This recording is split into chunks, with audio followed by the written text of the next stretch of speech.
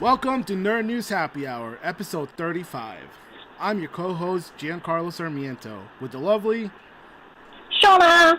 And... Oh, I thought you just said I was the lovely one. Uncle. You come out with the wig, you remember? Oh, shoot. Shit. Oh, you see, now I'm going to just surprise you guys one of these weeks. Oh, my God. Oh, you better. Wig and kilt. Maybe I'll throw on my coconut bra, too. There you go.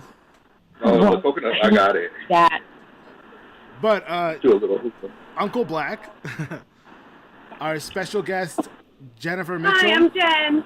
How you doing? And our manager, Olga. Hi. Everyone, we'd like to share a message with all of you. Here at Nerd News Happy Hour, we stand united for inclusion, equality, justice, and peace with the Black community. Deep down, we're all nerds at heart. Together, we denounce all racism and injustice. And so on. We'll continue. Yes. Jen, got a couple questions for you. Thank you for coming on the show with us. Thanks for having me. Absolutely. Let's see. So you've known Olga and Ernie for quite a while, huh? Yes, I met them both in 2006. Olga and I were in a training class at the Hartford. Cool. And I actually became friends with him first. And he and I were friends for many, many years. That's cool. It wasn't until they got married that I started doing more. Her maid of honor lived in North Carolina, so I didn't want her to have to do anything of, all of that alone. So, like, all right, let's go, and go pick up your dress. Let's go and do the fitting. All right, let's go and see what else you need. And we just started bonding after that. So, and now she's my bestie. I got deboed for a friend. You got who? Deboed. Debo. Run your friend. That's fine. That's cool. And you guys been friends ever since. That's excellent. Yeah. Really digging your Ghostbusters shirt. That's awesome. Thank you. What kind of guest? Will we ever? I think it's a little appropriate for a show topic later, too. Yeah. I like to be themed. That's awesome. So do Like how you think. I'm kind of themed. I was missing Comic-Con. You're what? I was missing Con. I'm themed. Man, Tell me you don't know whose shirt this is? I don't. I can't see you. Unless it's the 70s shows, I don't know. Oh, it's a Doctor Who? Yes. It's the 13th Doctor shirt. Oh. See, I got that just from, the strip on her boob. That's all I saw. Her boob, and I knew it. So he wore that show the entire, season? She did, yeah. She did. Sorry. Yes. Oh, okay. Yeah, she has these awesome First suspenders. woman doctor, man. That's cool, man. I'm not saying nothing. I just didn't know. I know nothing about Doctor Who. There have been other female doctors, though. This is true. There were two others. But... Yes. My personal favorite has always been Dr. Donna. Yes. Yes. That arc ripped my heart out and stomped it into a million pieces. I cried. Yeah. And actually, when we saw her at Boston Expo, she mentioned that. She was like, oh, you guys are excited about the new doctor, blah, blah, blah. And she was like, Dr. Donna, bitch. Dr. Donna. And I was like, okay, touche, right? Yep, Dr. Donna. All day. Loved her. Loved She was really, really funny. She was very entertaining. I want to meet her so bad. Someday. You'll enjoy meeting her. Yeah, she was great. Well, I have to check it out then. Mm-hmm. Now, You should. Back to our special guest. What's your favorite hobby? I like to craft. I think that's... Okay, I like to plan to craft, if I'm being honest, because I'll plan all of these projects that I'm going to do. I'll get the stuff. I'll shop. So maybe shopping. Maybe shopping is my favorite hobby now that I'm looking through it. Shopping. We're going to go with shopping. Shopping to buy the crafting that I plan to do at some point in my life. So you're kind of you're one of those people that starts but never finishes. Well, yeah, because then I have to start something else. Because there's so many things that I could do. Okay. BFF moment here. Oh, go ahead. Well, I would have to say that it's not so much that she's a starter that doesn't stop things, because that is so not true, because when you give her something, she's fucking obsessive. Okay. Like, obsessive. Like, we start getting a new toy. Oh. That's it. Skylanders come out. Skylanders. She's buying all of them. She's talking about buying all of them. She doesn't care if she has to stand in line for 2 days, but she's buying all of them. Disney Infinity came out. Bought all of them. Amiibo. So you're a collector. I don't even know how many she's got. Oh yeah, she likes to collect, but she's like very when she's into something, she's into it. Okay. I feel like I can relate to Jen on that, because I have all this cut out.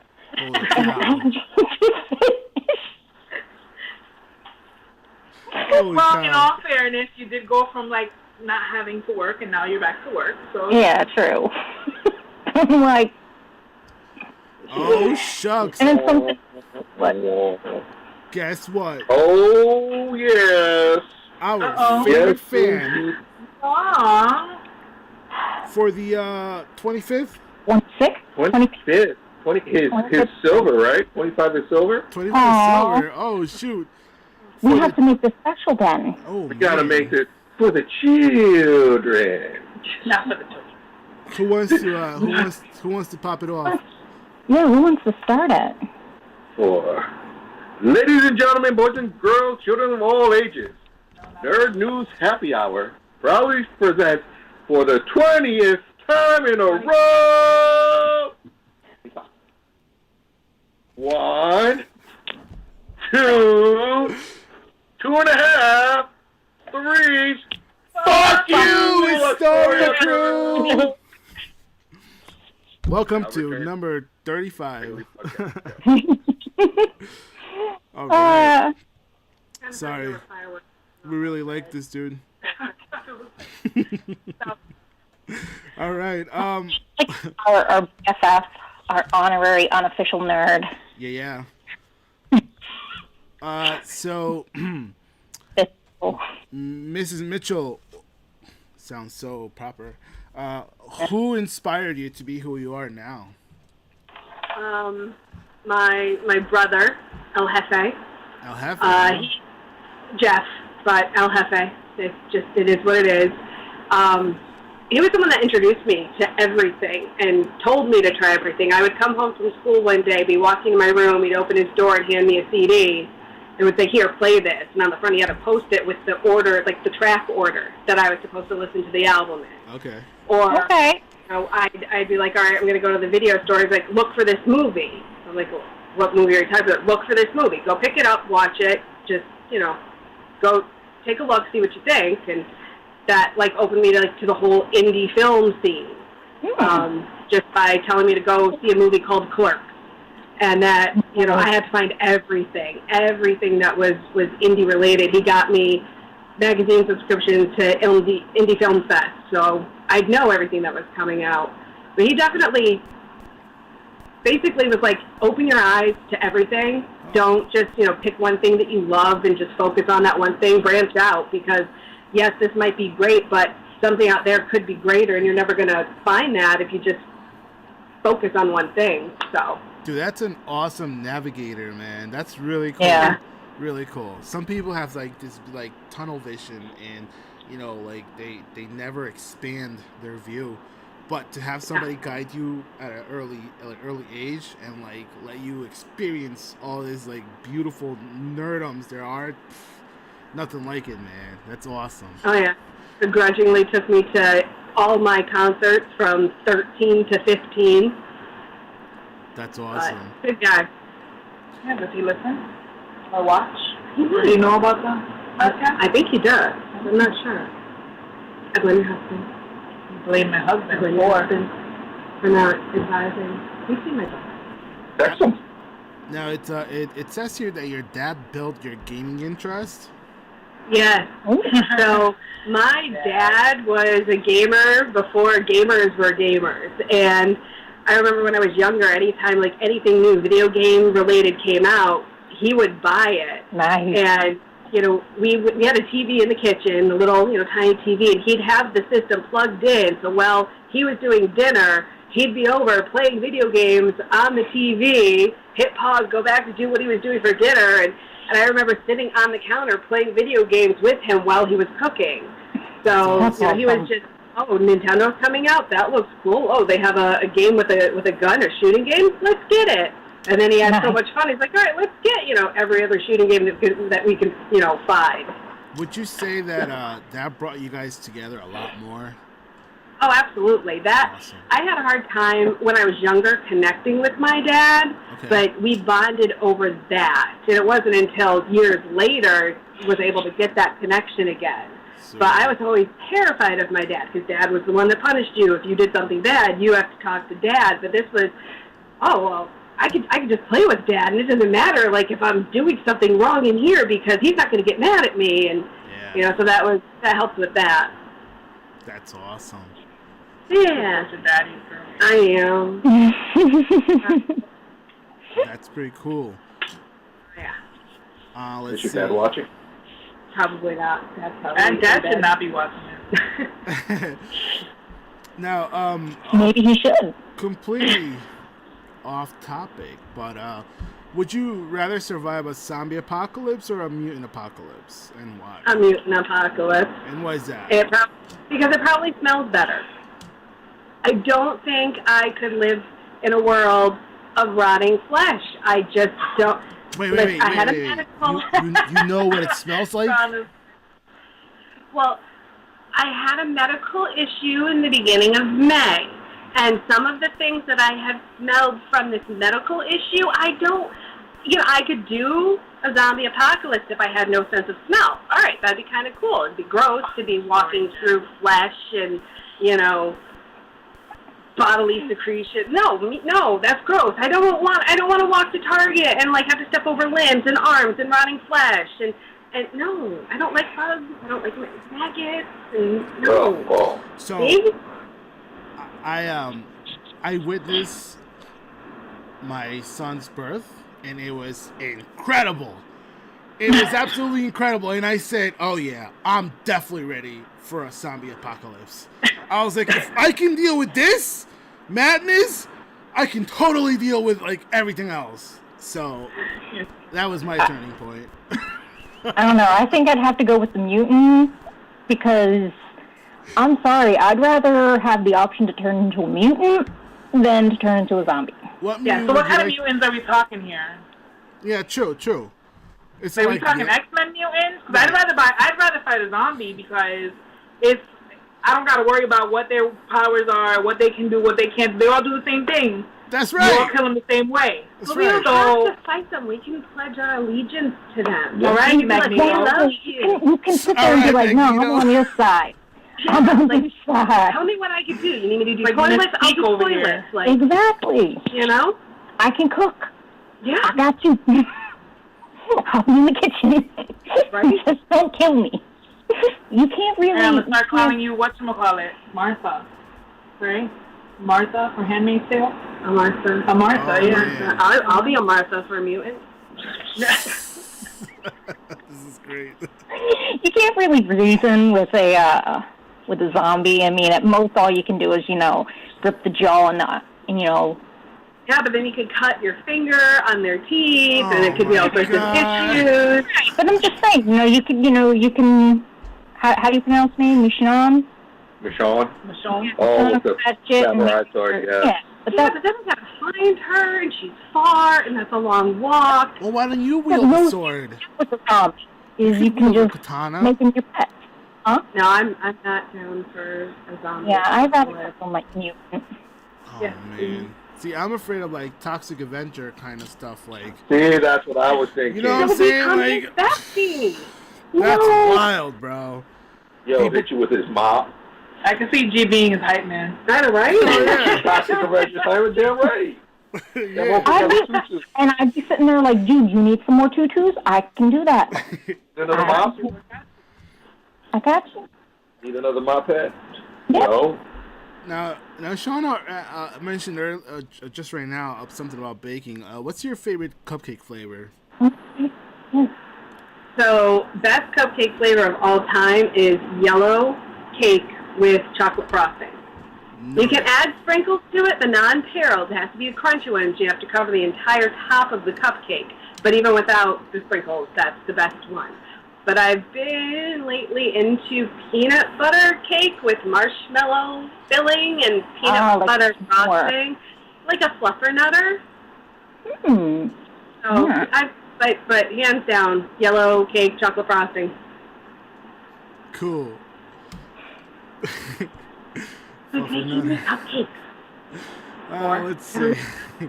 The wheels in my head are turning with the fluffernutter. Oh, it's good. You need to try it. I don't like fluffernutters, but... Speaking of peanut butter, just have you ever had peanut butter cake from? Well, I think Reese's Pieces cake from Sugar Baking.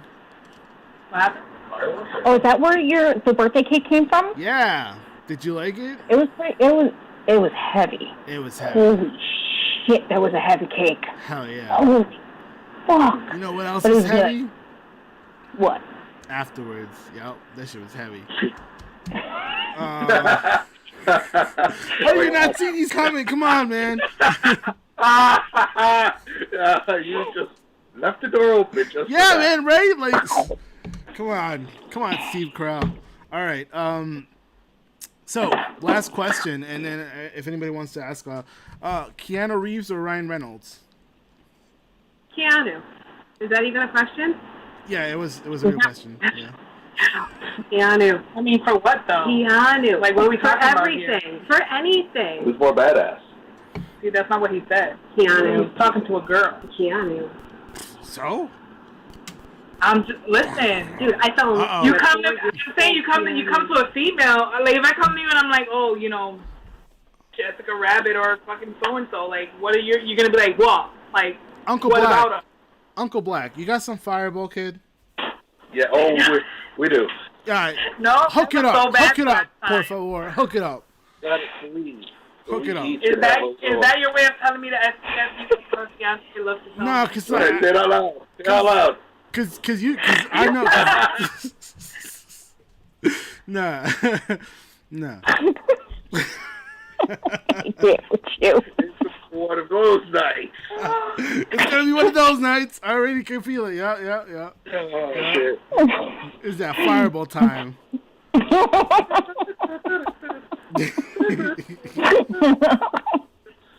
That's it. Too long. I do not remember right. That's all. I know. Anyone else got questions for Jennifer? Yeah. What is your go-to music playlist or video playlist? What am I doing?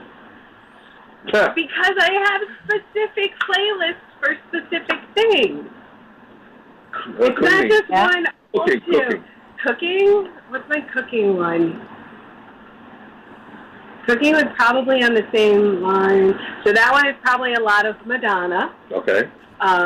Which is also similar to my workout one, but I'll also have Eminem in there. I'll have Marilyn Manson in there. Nice. I listen to everything. I'm not huge on country. There's a few country songs that I enjoy, but there's a handful. But I mean, classical to jazz to Ozzy Osbourne, 9 Inch Nails, Disney show tunes. So I listen to everything. Very nice. That's awesome. That's awesome. That's awesome. Anyone else?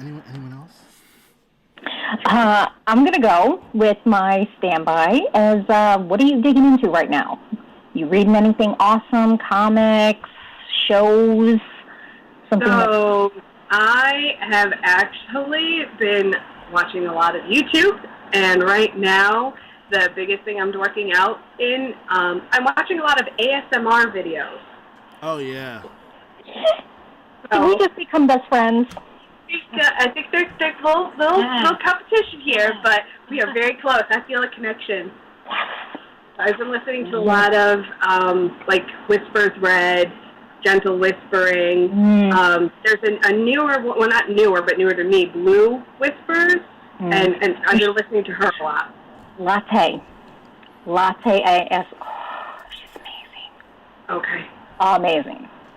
All right. I'm not just saying that because she likes coffee. She really is. No, definitely will check that out. But yeah, that's sort of just been my go-to lately, is just, put something on. Exactly. So, yeah, that's my thing right now. That's cool. Very cool. I like her. Thank you. I like y'all too. All right. She likes us. Any more questions for Jen? Manager? Ma'am? Does the audience have She knows everything. Oh, yeah. She doesn't have Audience. Have any? Anybody? Yeah. Y'all just gonna work or something? This is not the Bouette Show. All right, Can't let. then. Let's dive right in. All right. Good. Let's get into So some news. This follow-up article to last week, right? Yes. Bro, I thought we were getting something good. Me too. I thought we were getting something good from Sega, and instead they're giving us a Game Gear Micro.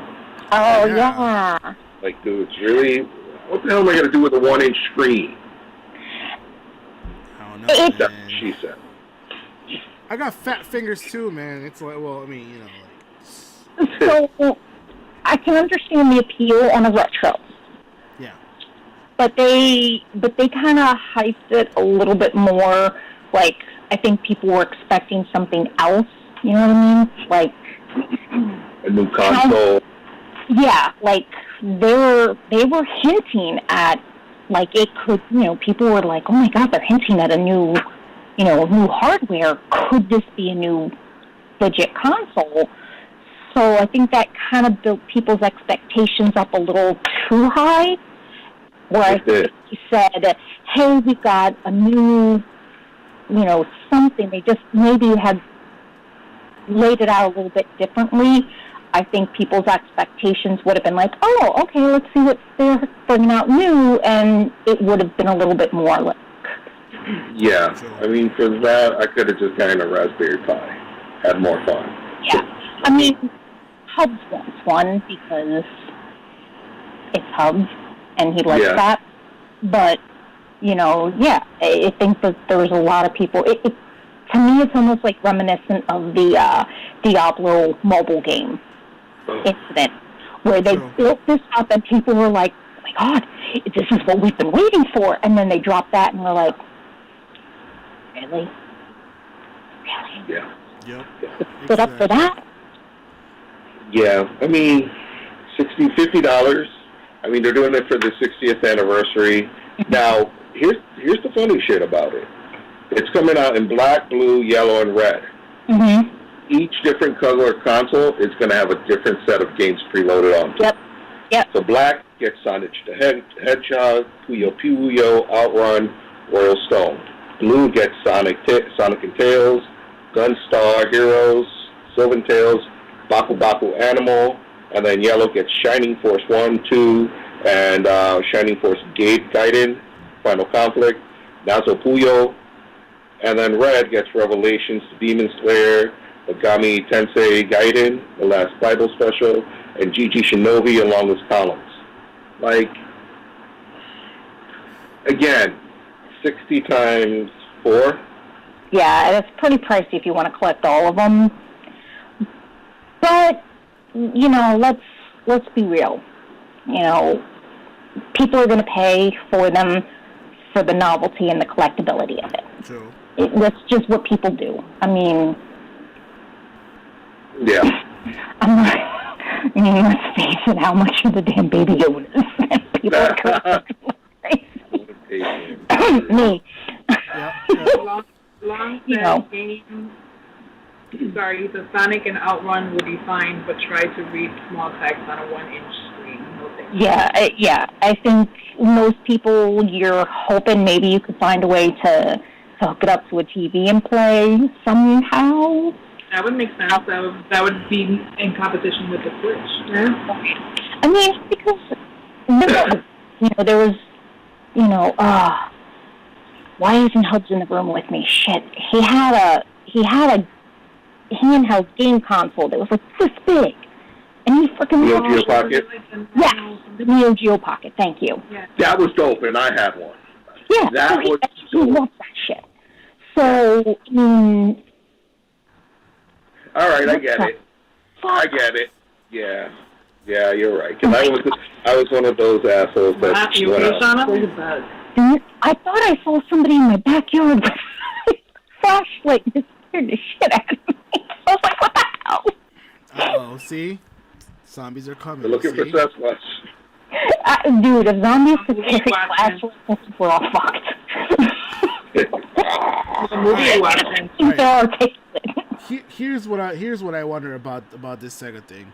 Like, they're selling like 4 or 5 different ones right now. Like, and then like a year later, they're gonna have the all-inclusive one that has all of them, right? And like, so all this was just like, oh, let's make a little bit of money because of the anniversary. And later, it's like, well, people liked it. Let's see if they actually liked it. Let's bring out a bigger one with all of them in it. It's it's cool, but it's like, I mean, we can kind of see what you guys are going for. It's but you know what? That's how the companies roll. I mean, Nintendo, they came out with the Switch, and then what do? The Switch Lite. Yeah. I mean, I love my Switch Lite. Don't get me wrong, but basically, it's a glorified DS. Yeah, that's it. But people ate it up. Anytime you come out with a collector's edition, an anniversary edition, a special edition, people fucking eat that shit up. Yeah. Now, I will say, though, the commercials for the anniversary of Sega have been freaking... Pretty cool. They're dope. They're dope. Yeah. They're amazing. I love, old school Sega versus new school Sega, fighting it out. Tekken. Well, it's pretty cool. It's neat. I like it. It'll beat out the not the Dreamcast, will be out the Saturn. Yeah. Yeah. You know what's not cool? Sorry, go ahead.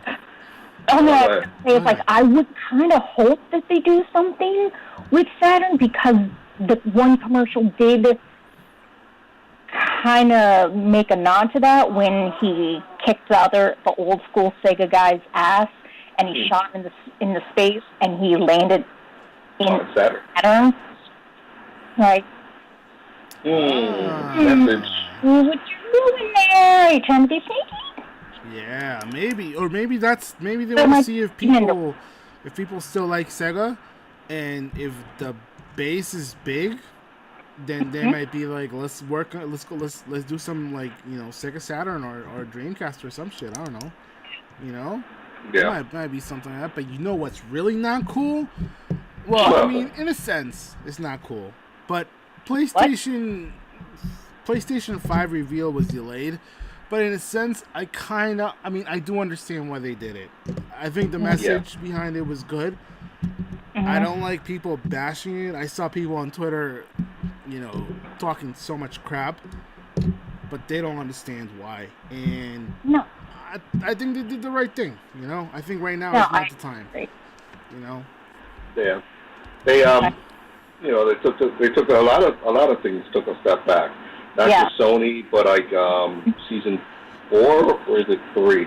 Season 4 of Call of Duty is delayed. Right. I think Fortnite was delayed too. I don't follow up on stay up to date with Fortnite, but there was a lot of stuff that just wasn't portrayed at all this whole week. Yeah. It was quiet, which is good for a change. And the reasoning behind it's people would see it as being opportunistic.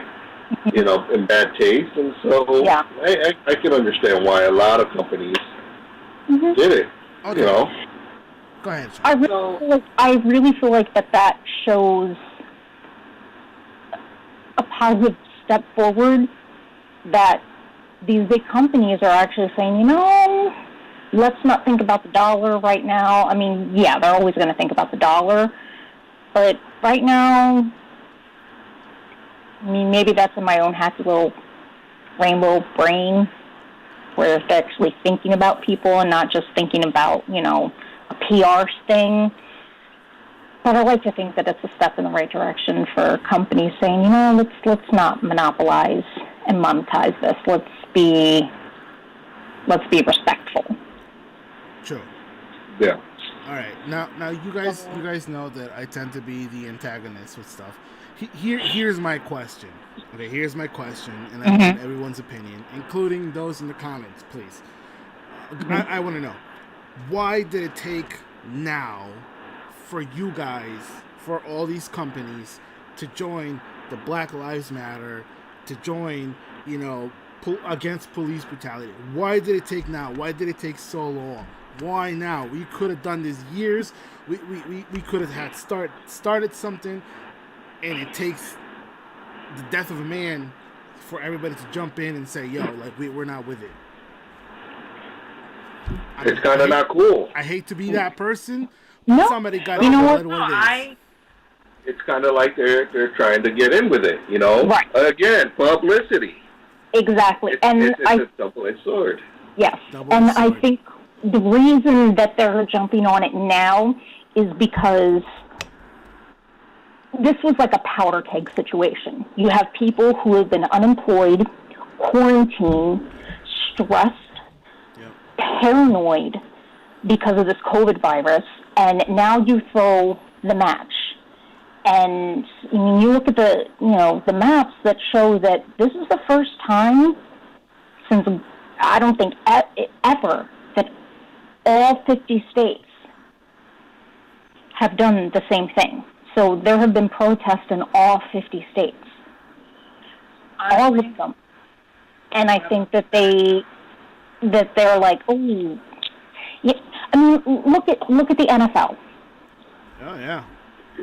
I mean, now I'm not gonna knock anybody for changing their view when they're like, maybe we were wrong. It's like, okay, so it shows that you're growing and you're educating yourself.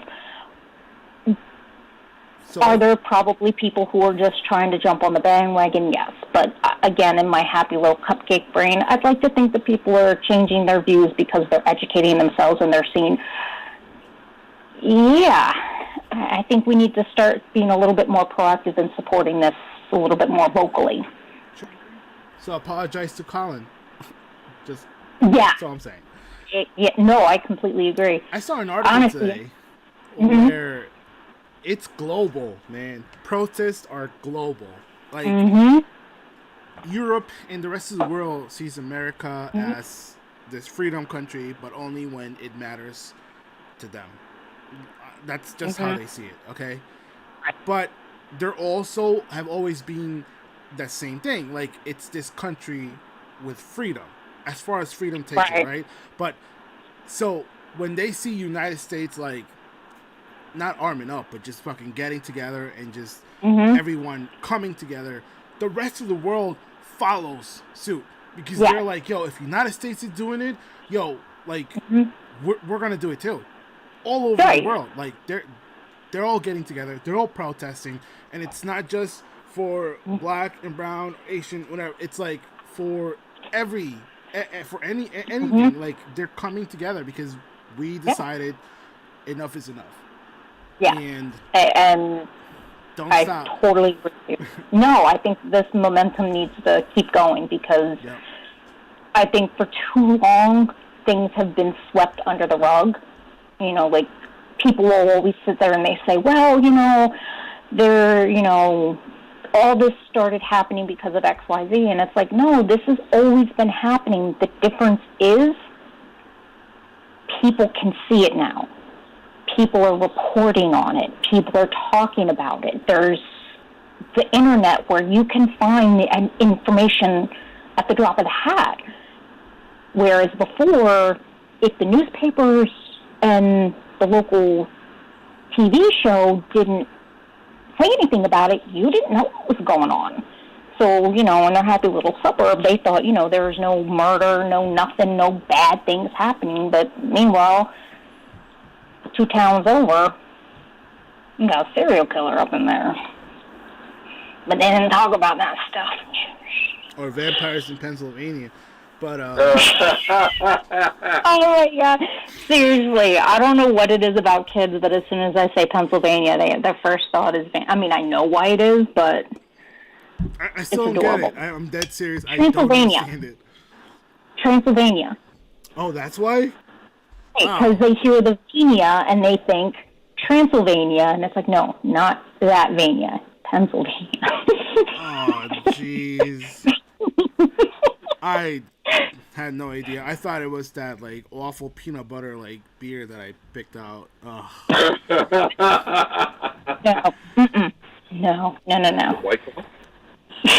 The one where one of our colleagues couldn't stop bitching about it for weeks. Anyways. So, said when we were talking about the PS5. Year? PS5. Okay. I can kind of hear you. He just said that the PS5. Did you see the prototype picture that was supposedly leaked? Now I googled it while you guys were talking about. See it. And there's quite a few different ones, so I mean I don't know which one he's referring to. Man, who said that's super thick? Long did. I did because. Did you hear the conversation? Come on, you set yourself up for these, man. What happened? Nothing. Set yourself up for these. Oh, I set myself up for them. Listen. Yeah, He said it was going to be PS5 was going to be the thickness of 2 PS4 Pros. Yeah, I looked it up. Crazy. Yeah. The guy. I don't know how I feel about that.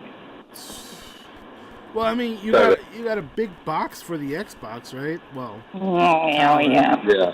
Got a big tower, so I mean, what? Yeah. True story. And I'm sure, like with Sony, with anything they do, they'll find a way to fine-tune it and make it smaller.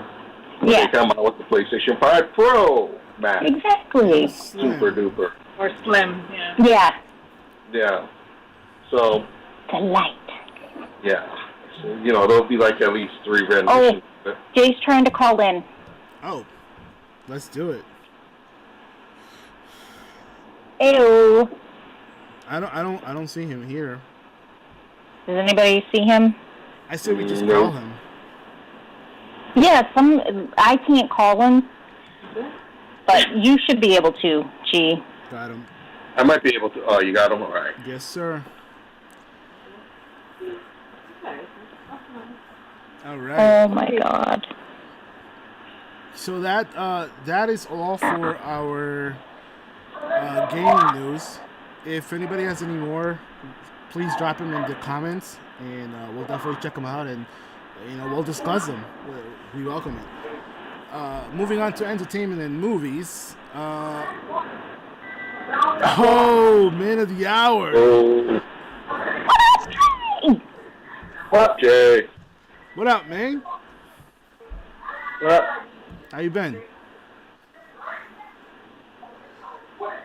We're just talking to about the whole Black Lives Matter shit. Cool, man. Yeah, we're just talking about that. Like last week, that's why I was kind of quiet because it's a sensitive subject to me. Yeah. Sure. Understand. I was under influence too. You thought you were pulling the for a minute. Oh my God, yes. Yeah. For a So hot second. that's why, like, when you guys were telling me, like, you guys were waiting for me to go off about the whole Snyder thing, I was like, I wasn't really in the mood. It's all good, man. It's all good. If you this is your platform also. So if you feel like you want to speak up and say something, go ahead. Don't ever hesitate. Yep. True story.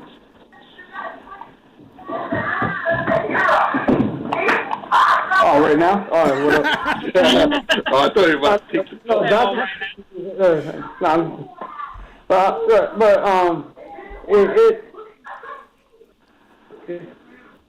the three of us are people of color, you know.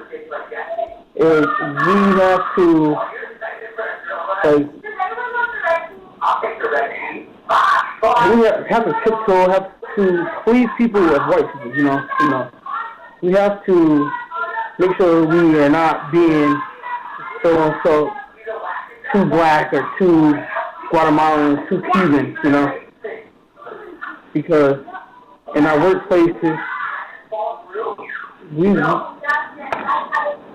like, for me, I work with a lot of white people, you know. A lot of people, like, white people are, and I can't get mad at them because a lot of them has grown up not understanding how it is to be a person of color, you know. They have this privilege of that if you watch TV or movies, you always have, like I said yesterday, the white savior, the last samurai with Tom Cruise. Of all the Japanese samurai, he's the one who survived, the white savior. So, and a lot of people getting sick and tired of that, you know. And yeah, we have this so-called annoying woke culture with you know, people, the blue-haired students and campuses and all that stuff. People that you see on like Fox News, so-called like, but like I had a really serious conversation with my son yesterday because he wants to be a cop when he grows up. And we had to tell him, like, listen, there's some cops that do bad things, and we want you to be a good cop. He said, what do you mean, Daddy? I said, how would you feel if you see a cop beating me, beating Grandpa, beating your uncle, just because you're black? He said, I feel sad. He said, why would you do that to you? I said, because some people don't like black people. And he's like, well, they not like me because I'm black? It's like, how do you tell a 60-year-old that? Like, how do you... That cuts. Yeah. Like, he looks up to cops as good guys, you know? Yeah. I mean, the toys that we played when we were younger, you know, video games, board games, everyone depicted as a good person, and then that's what we grew up believing. To find out that, you know, right, not all of them are good. Well, many of them are. Yeah.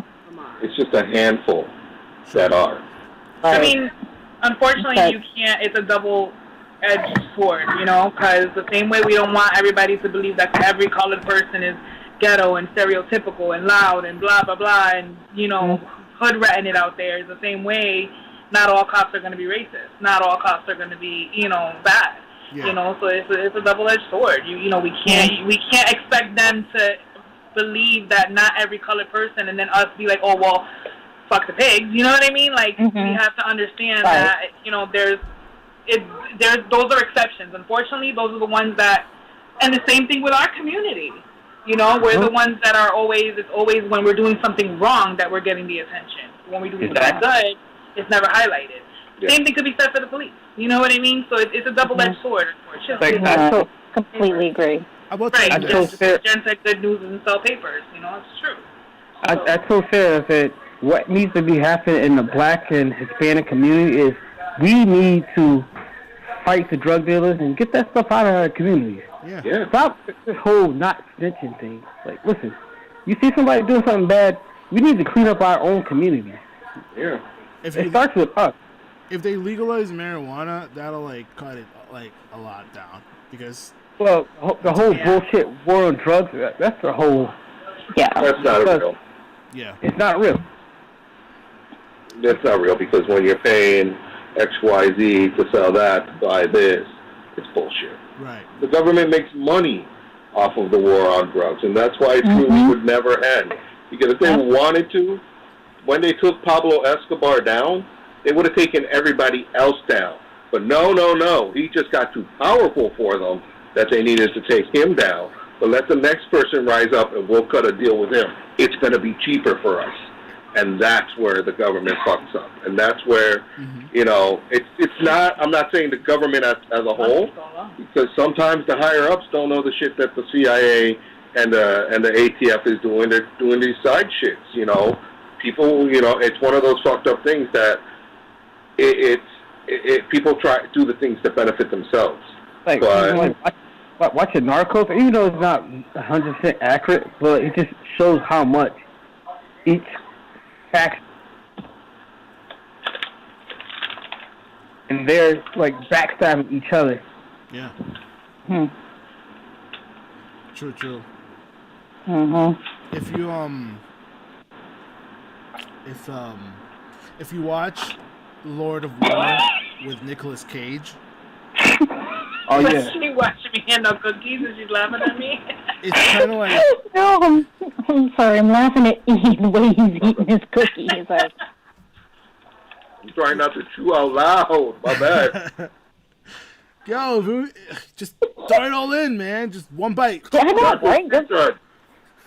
Where's that leche? Cookie monster. No leche.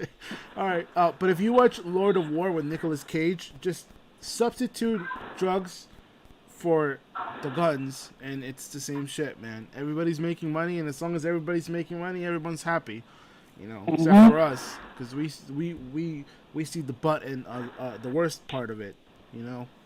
But I can't. Something happened this week.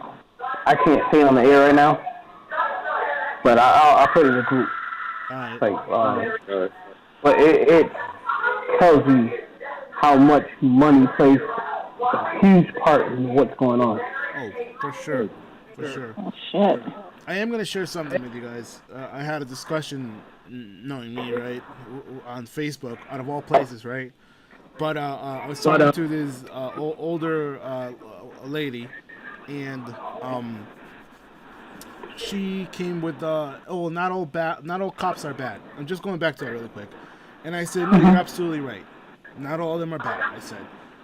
But if in that group the good cops do not denounce or stop the bad apples, then they too are part of the problem. Yep. And so that makes them not good, even though they are good. Do you understand? Yeah, no, I get what you're saying. They couldn't wrap their head around that. And I said, wow, that's how tunnel vision and how uneducated, like, people are. Also, when people say Blue Lives Matter, listen, that's a job. They chose to be a cop. I didn't choose to be black. That's right. I can't go home, take my skin off, and say, I'm done being black. That's No, right. I'm black 24/7.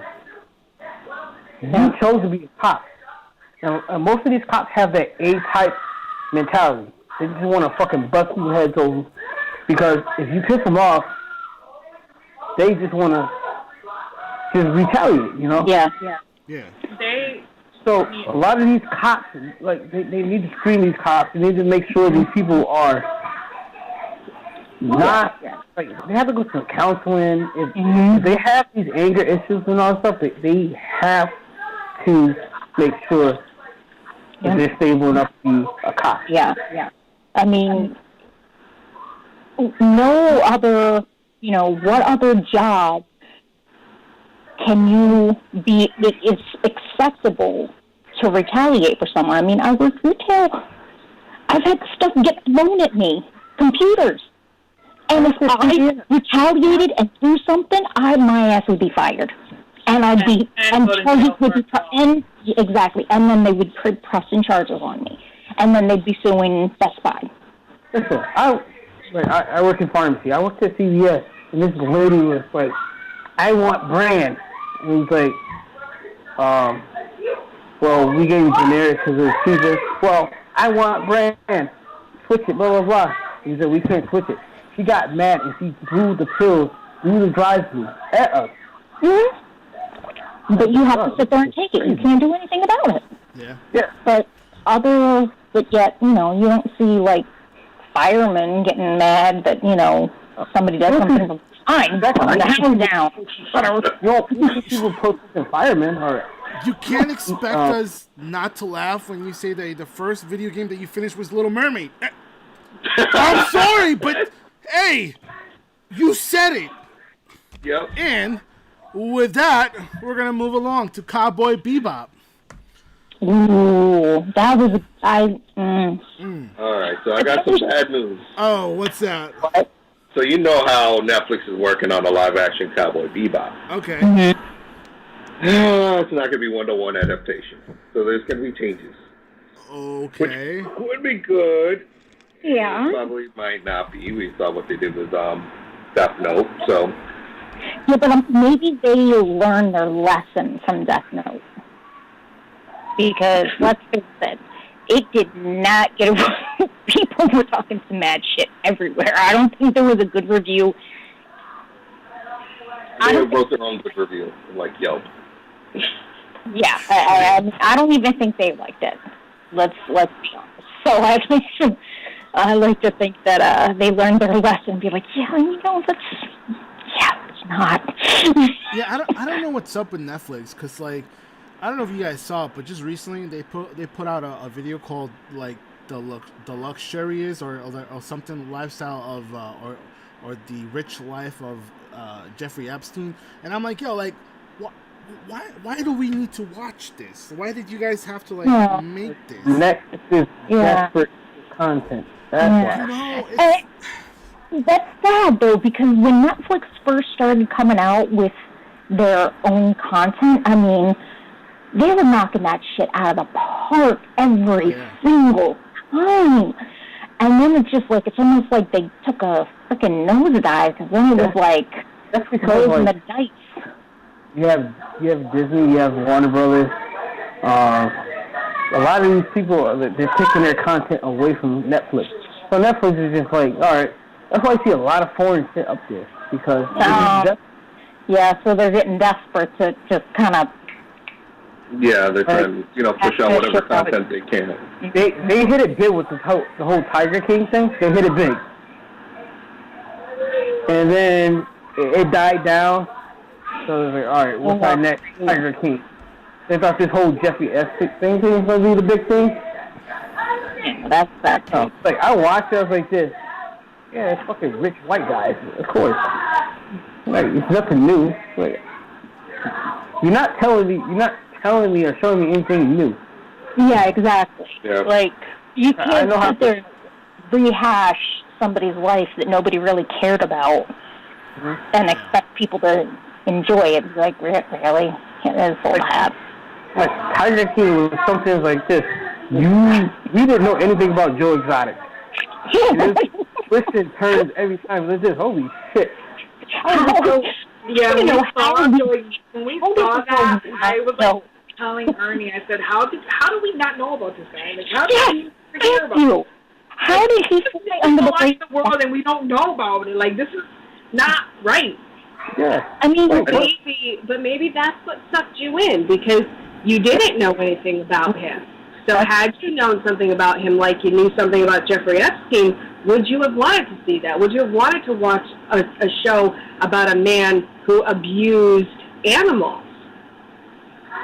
That's a big difference, though, Jen. Joe Exotic abused animals, and Jeffrey Epstein abused children. I think so. The whole thing is we know about we didn't know about Joe Exotic. Like, but as a culture who is like obsessed with cats and fucked up shit, How did he go on the... I mean, we know everything about fucking Florida Man. They talk about Florida Man left and right about selling golden tickets. He was oxymoron on screen. He's like this. What the? It just blows your mind. A gay gun. Country singing tiger. We can't hear you. We can't hear you. What happened, Jay? We can't hear you. I heard like every other word. I know, but all I can think of is, I mean, what did he say? His big thing was, "Oh, you're straight. I got tigers and meth. How straight are you?" I didn't even get that. I guess that's how he lured men in. We were like, "Oh no, I'm all set. I'm straight." He's like, "I got tigers and meth." Guess you ain't that straight. Yeah, right. Wild, man. Oh man. Seriously, how did that man go unnoticed for so long? I don't understand. Carol Baskin. Fucking Carol Baskin. It goes back to Carol Baskin. It all comes back. Fucking All Carol. her fault. It It's always is. her fault. You heard that they're saying Global that. warming, her fault. That's right. Moon blows up. Fucking Carol Baskin. Yep. Everything. Third of the century. Coronavirus. Fucking Carol Baskin. Probably keep one of her tigers. True. Oh shit, man! And they're saying that the death certificate was forged. I don't know how true that is, but there was a report. Yeah, I didn't feed in because fucking Carol Baskin. Fucking Carol Baskin. Oh, yeah. Joe, that'd be great. They should just do a series on Carol Baskin. I checked out of Making of a Murderer season 2 because I had been following it since the first season. So I started watching. I'm like, I knew this already. I'm like, this is, it's nothing new. So now it's like, do I keep researching Joe Exotic or do I just sit back and wait for hopefully a season 2? I hope we get a season 2. Nah, I want to see somebody new, man. I want to see some other fucked up shit that we don't know about yet. The Monkey Jungle. The what? The Monkey Jungle. When that all started, the first episode, how he was in Homestead, Florida, and how he got sucked in. They were at the Monkey Jungle in Homestead, Florida. It's this place where you're encaged and the animals are outdoors. And it's really cool. Like, they have this big, giant silverback gorilla called King. Yeah. But like, you're literally encaged, and, like, there's, like, little bowls hanging, and you can put your food in there, and the monkey, they'll come and I don't know about that. Yo, you know what I just learned? Monkeys throw that in poop. I don't want to be in a cage and monkeys throwing the poop and other... Yeah, that's dangerous. Certainly not. Yo, Certainly not, sir. I don't know. Speaking about Netflix, I don't know if you guys have watched Space Force yet with Steve Carell. Yeah. I've seen... Okay. I just learned about chimpanzees eating their own babies and human babies. Okay? I lost my mind when I looked at these pictures. They were like fucked up. And I was like, yo, no way. I bet you now they're going to make a show about chimpanzees or monkeys, whatever, like people who keep them captive and shit. And they're going to come up with some really fucked up stories. The one in Connecticut. Yeah, like the woman that got her face pulled off in Connecticut. And had the face transplant. Now I understand. Charla Nash. Yeah. Now I like understand. Picasso painting right now. Why Harambe? Oh my God, Jay! Why Harambe was trying to eat that little kid, man? Yo, dicks out for Harambe, man. Sure. Yo, now I get it, man. I lost my mind. I was like, Harambe, no. God. I was like, no wonder they lit you up, bro.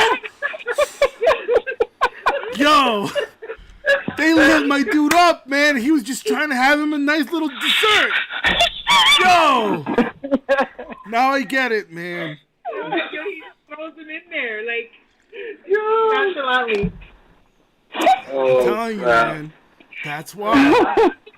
Somebody read up and they were like, yo, Harambe's gonna eat that little kid. We gotta shoot him up. That's what happened, yo. I knew it. Jen's like, this dude's fucked up, yo. You know what's also fucked up, but in a good way? No more Kate Kane. Goodbye, Ruby Rose, huh?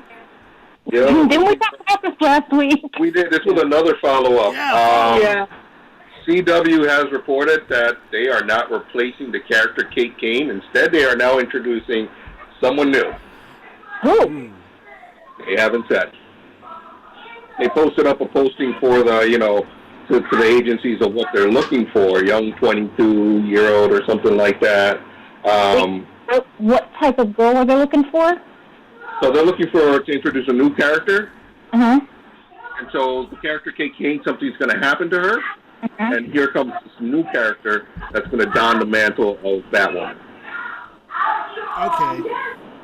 So I think they're going to kill Kate Kane off, or they're going to write her, some. So make it someone that was like following her, like the little girl, the girl from the high school. Yeah, no, they're looking for someone new. No, but I'm saying like they're gonna make it something like that, like somebody who's been like following her. Just recast. Yeah. Exactly. Well, It's well, wait, CW. didn't she take up the mantle of Batwoman at some point, or was she Batgirl? She was always Batgirl. But listen. Oh, but I can't remember if there was ever anyone else who took up the mantle of Batwoman. No, there hasn't. So how are they going to totally rewrite a story arc? CW. Fucking That's all I CW. gotta say. All they have to do is what Marvel Studios did with Terrence Howard and Don Cheadle. Right? That was. Exactly. She hasn't been around that long. But yeah, Terrence Howard. Hey, man. And Tony, man. No, man. Yeah, next time, man. I mean, seriously, that's all they did. They replaced him. Voila. No one, we were like, oh shit, all right, whatever. And that's what I think what DC should have Whatever done. happened, all right, he asked for Look too at much how money, many okay. shows from the 80s and 90s that replaced characters mid-season and nobody batted an eye. Fresh Prince. This is what I think DC should have did. Not DC, Warner Brothers should have did. It's like, the Green Lantern movie was shit and people hated it. They should have just recast and kind of got about it. Same thing with the Ang Lee Hulk movie. People hated that movie. Sure. And then you got the. I don't know if recasting could have helped Green Lantern. You could have recast it. Yeah, but make it fit in. Make it fit in. So Green Lantern could have been in the original Justice League movie. You could have recasted Green Lantern, but it could have worked. You could have made a way to you had the original 7, for the Justice League. Mm-hmm.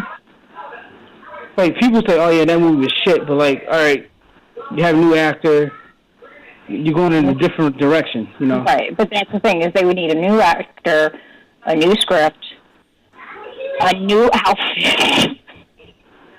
Yeah, they would have fixed the outfit. Yeah, they would. I mean, they would have to fix everything, but yes, I definitely think recast. They could have somewhat could have retconned that to make everything fit better. Yeah. here comes the CW. That really, if you're really thinking about it, that's the Warner Brothers' only hope, is that whole Infinite Crisis. Yeah. That's the only hope. If that's their last hope, they're fucked. Well, I mean, no, just not what happened, but just the fact that it did happen. Yeah. And universe is reset. Mm-hmm. I just, I definitely think that they screwed themselves. They really did. I mean, I think they relied too heavily on name recognition, and they didn't put enough time into development and story. Yeah, they totally screwed themselves, and now they're in this bind, and they really should have. They rushed really to get it out. They felt like they had to compete with Marvel. No, but they didn't. You know why? Because it's not like their characters are in different studios, like Marvel, like Fox. They rush the X-Men because I don't know if you heard about Simon Kinberg said his latest statements was pretty much saying like, yeah, we fucked up. We didn't realize what we had with the X-Men, with the whole CR and this whole galactic epic story to build up to the Dark Phoenix. We just rushed it because we didn't want the right to go back to Marvel. We fucked up. They realized that they fucked up. And Sony, you look at Sony, they're just rushing shit.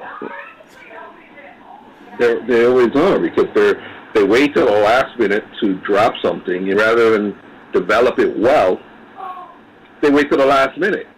And now you're scrambling to pull out a story out your ass, a movie out your ass that's going to be good, and you can't because now your writers suck. Or now your writers are rushed, and they got to come back. Yeah.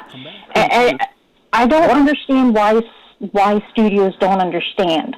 You don't rush your writers when they have to push something out quick. It's going to be shit. Think about the dollars. Because Warner Brothers, they could have, not with the whole Nolan thing, because Nolan wanted everything to be real, you know. Because in his universe, Superman couldn't exist. Green Lantern couldn't exist in his world. Yeah. Which kind of frustrated me because it's superheroes. I understand Batman is gritty and dark and he don't have powers, exactly, but he still lives in a world with Superman. He lives in a world with Green Lantern, with Wonder Woman. Even though he don't have powers, but he still lives in this world with these beings that are super powered, you know? Yeah. Some of the most powerful people. And he's the toughest one of them all. Yeah. That's the thing. He is the toughest one of them all, and that's some of my issues with those movies is because I love those movies, but it's just how he said, "Oh, I wanted to be real," and it's like, nigga, hits it. Like, oh, we got a comment on YouTube from Long. He said, #Picasso face. Did I miss something? I think you've turned long. Oh, shit, #Picasso face. You didn't hear Jay? You didn't hear Jay when he was talking about the Connecticut lady walking around all Picasso face? That's why we were dying. I didn't hear it. I just heard him say something, but then it cut out for me a little bit. Walking around with her face looking like a Picasso face. Oh, Jesus Christ. No. Picasso face. Oh, it's going to be a new one. Y'all wrong for that one, man. We're going to have for that one. Y'all wrong, man. Yeah, I got... Hey, man. Dude, you fucked me over, man. What's that show he's on, yo? Oh, Empire. Empire. That's right. Yeah. He's really good in that shit too. I have never seen an episode of that. Yeah, he's good. I never seen him. He goes ultra ham on that shit. What we got next? Steve? These were cool, and I forgot something wrong with my iPad. But anyway, did you guys? These are pretty cool. Dragon Ball Z is releasing sneakers now. Yeah. Like they look kind of dope. I want the trunks. Yeah. I'm not a fan of high, but they look pretty legit. Yeah, and so that was really much the gist of that story. And I apologize. I'm having technical difficulties right now, and I'm about to chuck this shit at the wall, and then Okay. Hey, you know, the Japanese have that sneaker culture too. No. Trying to access the link? I'm trying to access the iPad, the everything. Oh, it just keeps shutting down on. No, you're right. The link's not working. Link for... Is it actually Google Docs that's messing up, or is it? Might be Google Docs. Try it now.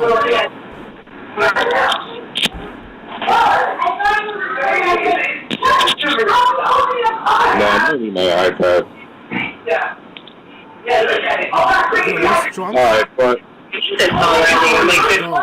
so if anyone has that article, Goku, Trunks, oh, thank you. So there's the guy up there that's Goku, like his face on one side. And we'll put it up in the chat. Then they got the Trunks edition. Those are hot. Those I want. Or the Vegetas. But then they got the Piccolo. I know someone's brother will get the Piccolo ones. And they're like purple. And then what's this one? The last one. Yeah, you know what? That's kind of fun. I'm curious. I like the Piccolo, man. Those look dope. They do. But they punked out one of the main men of Dragon Ball. The Prince of All Saiyans himself, Vegeta. Yo, because they always do him dirty like that, man. Yo, if you've been reading the manga, no more. Really?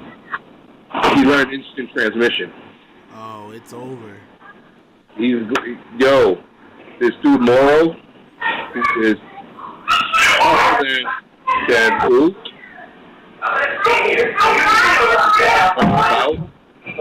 Like, just got to catch up on it. And every time I read something about it, like this new arc of Dragon Ball Super, yo, like Goku had to try to perfect Ultra Instinct. Fuck with this, and nothing. Goku lost. Like one of the first times in a long time, he lost, and they're waiting on Vegeta to come fuck this dude up. That's what's up. It's about time, man. He's damn punked. Yeah. Like, you know, that sucks. Alright, I gotta be right back. I guess. I keep seeing flashlights. I keep seeing flashlights in my fucking backyard. Yo. And I'm not okay with it. Yo, get that hot, man. Grab your phone.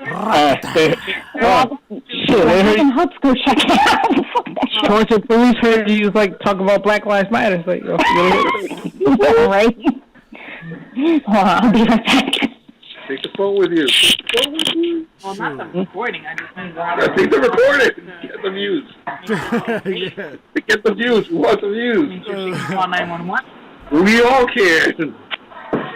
Not if we don't have her with us. She can't see. We can't. That's why I said take her with us. Yo. So, what's this about stormtroopers? Move it along.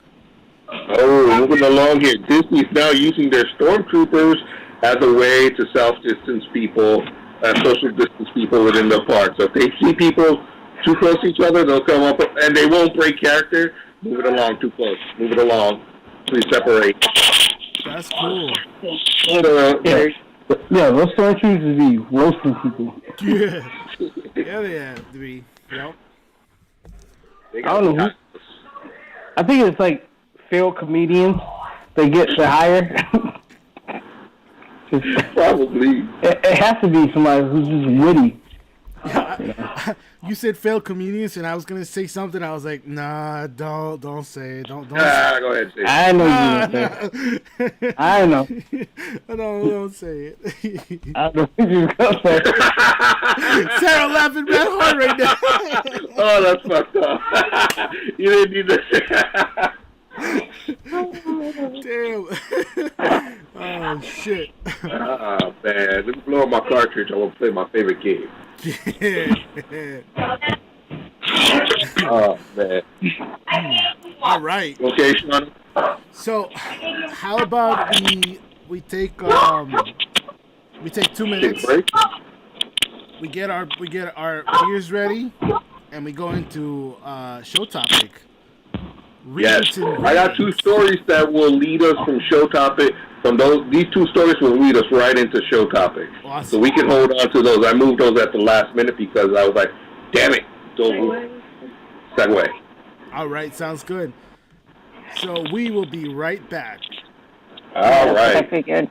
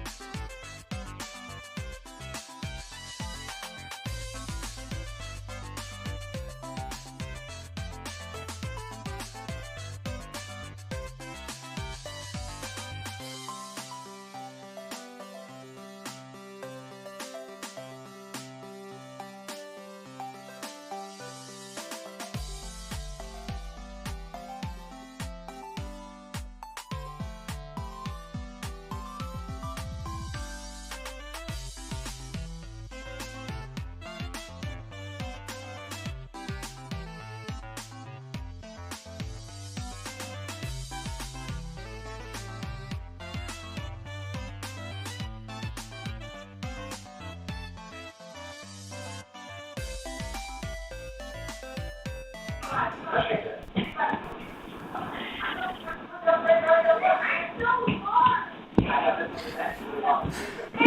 to Nerd News Happy Hour.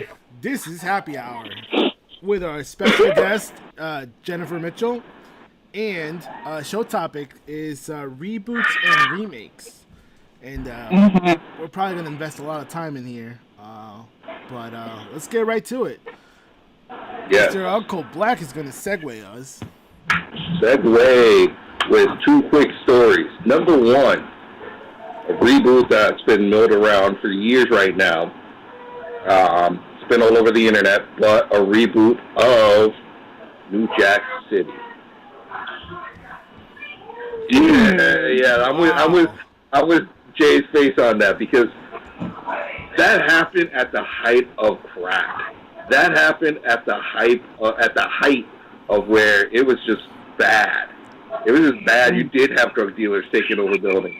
But what's so different today that why can't it be today, whatever drug of choice is today? Like meth and things. Crystal meth? Yeah. Like that. But that's what I'm saying. But why can't they just put it heroin. That heroin, like geared towards the new thing that's bad. Because you know why? Because white Americans don't want to see white kids overdosing on heroin. Because that's the majority of people who do heroin. Yep. So they'll be more comfortable of pushing the narrative of black people on crack.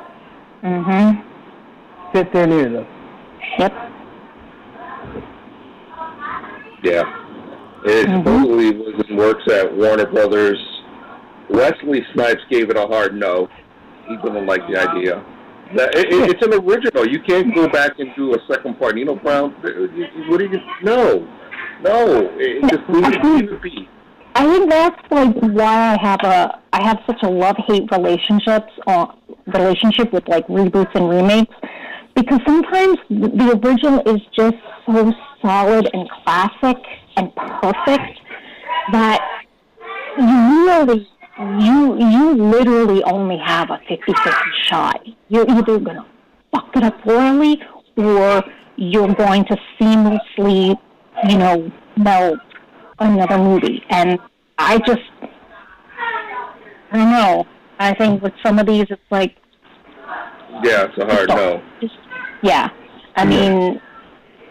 I don't know. It'd be like redoing American History. I don't think that's something you could redo. I really don't. And that movie had a deep message a lot of people didn't get. To this day, a lot of people don't get that message in that movie. They don't. Because they look at it, I don't know, just... It was entertainment, and they didn't look at it anything past that. So that's, which sucks. Because there's a lot of really great movies out there that have a strong message to them, but because it's just... Right. And it just falls. This movie is not about race or anything, but Shallow Hal. That movie just shows people how shallow we are. We look at the beauty on the outside and not the inside. Yep. Because like watching that movie, I was like, all right, I was laughing, all the jokes, but like as you get older and you watch that movie, I said, wow. This movie makes a lot of more sense because like the girl who's considered hot in the movie, the way he viewed her, she's ugly, old. But when you see her in like the real, like she's like beautiful. Yeah. And the standards, but the people who he saw as beautiful was not considered beautiful. Yep. Hey man, listen. All I'm gonna say is, if Mama June can get it, it's all about the moms. It's all about the moms. That's right. Oh, I see your eyebrows raised. I see your eyebrows raised. Oh. So this week, I'm trying out Back East Brewery's Infinite Universe. Oh, Yeah, I haven't tried it yet, so that's a good one. I'm gonna give this one a try. Okay, what you got? Oh, what I had? I finished it already, but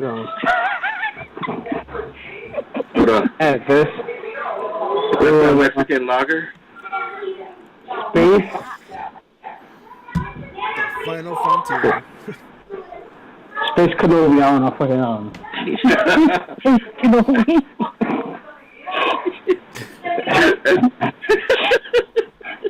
Oh, And I have Venture by Foundation Brewing Company. It's a double IPA, 8%. Oh. Brewed with Pilsner, wheat, oats, Eldorado hops, Mosaic hops, and Chinook hops.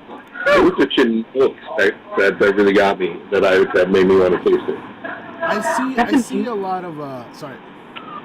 Is that the one? Is that the one from Maine? No. The one from Maine is Bissell Brothers. Thank you. I see a lot of El Dorado and Mosaic like hops put together. Is that a reason for that? Because the flavors go together. So Okay. when brewing, you really got to know the flavor profiles of the different hops and what goes with what. Because sometimes you just fuck up your beer because then you're going to give it this harsh, dank taste, and it just kills it. Okay. So knowing the profiles of what you have and what you're putting in helps you know how they go together. So Mosaic and El Dorado are like a perfect pair together. Like you'll see a lot of. I'm bringing it right there for you. It is from Maine. Yeah, that was one of the breweries I stopped at when I did the tour in Maine for you. Yeah, you're right. Because it's right on the label. Thank you. Yeah, well, you can't go wrong because they're good. No, but yeah, just different hops. Different profiles and different flavors. That's all. Some ice and Remy. Oh, some ice and Remy. Oh, there was another story. What's up? So one movie is going to get a re-remake. I couldn't find a name for it, but re-remake, I guess, is the way it's going. Scarface. No way. Yeah. So Brian De Palma's 1983 Scarface is going to get a reboot, which originally that was a reboot off of a movie in 1932. Both dealt with immigrants coming to America and rising to the top. But basically, this one is going to take place in L.A. So we might get it where he's a Mexican immigrant and some type of deal like that. Say hello to my big pop plant. It's called Bad Boys. Bad Boys. What? 2, I think it was. What? 3. Was it 3? Well, with the guy that was, it will be like Cuban or something. Yeah, the Cuban guy from Miami. Oh yeah, that's 2. Yeah. That's what I'm saying. Oh, I mean, you're you're mentioning it, and it just reminding me of that. Oh, so you're saying that Bad Boys 2 is like the remake to Scarface? Right. Yeah, it's kind of like it's already done. Oh, okay. I wasn't following you. Yeah, Olga, you got me a little bit lost too. I mean, I'm sorry. I'm on the side with E on this one. I mean, get that Well, fireball. he was mentioning Get that Mexican. fireball. Get that fireball. Let's get it. Oh, in other words, shut. Yeah, I saw that let's line get of it. fireball. Hey. Yeah, right? Did you guys bring up this? Yes, you got the 10 rack, dude. Yes. Did you guys bring up Point Break? Yo, Point Break. Oh, so that was good? a remake, right? It was a remake. The original one was with Keanu Reeves and Nick Nolte. Yep. Yeah. They made a remake, which bombed horribly. Bombed. I don't even know who was in the fucking remake, but it bombed bad. Yep. And so it should That's have. right. Yes, that came out like a few years ago. Yes. Yes, thank you. It took me a while. Alcohol on mine. For solidarity. Hold on, Jim. Hello. That's hello. Cheers. Cheers.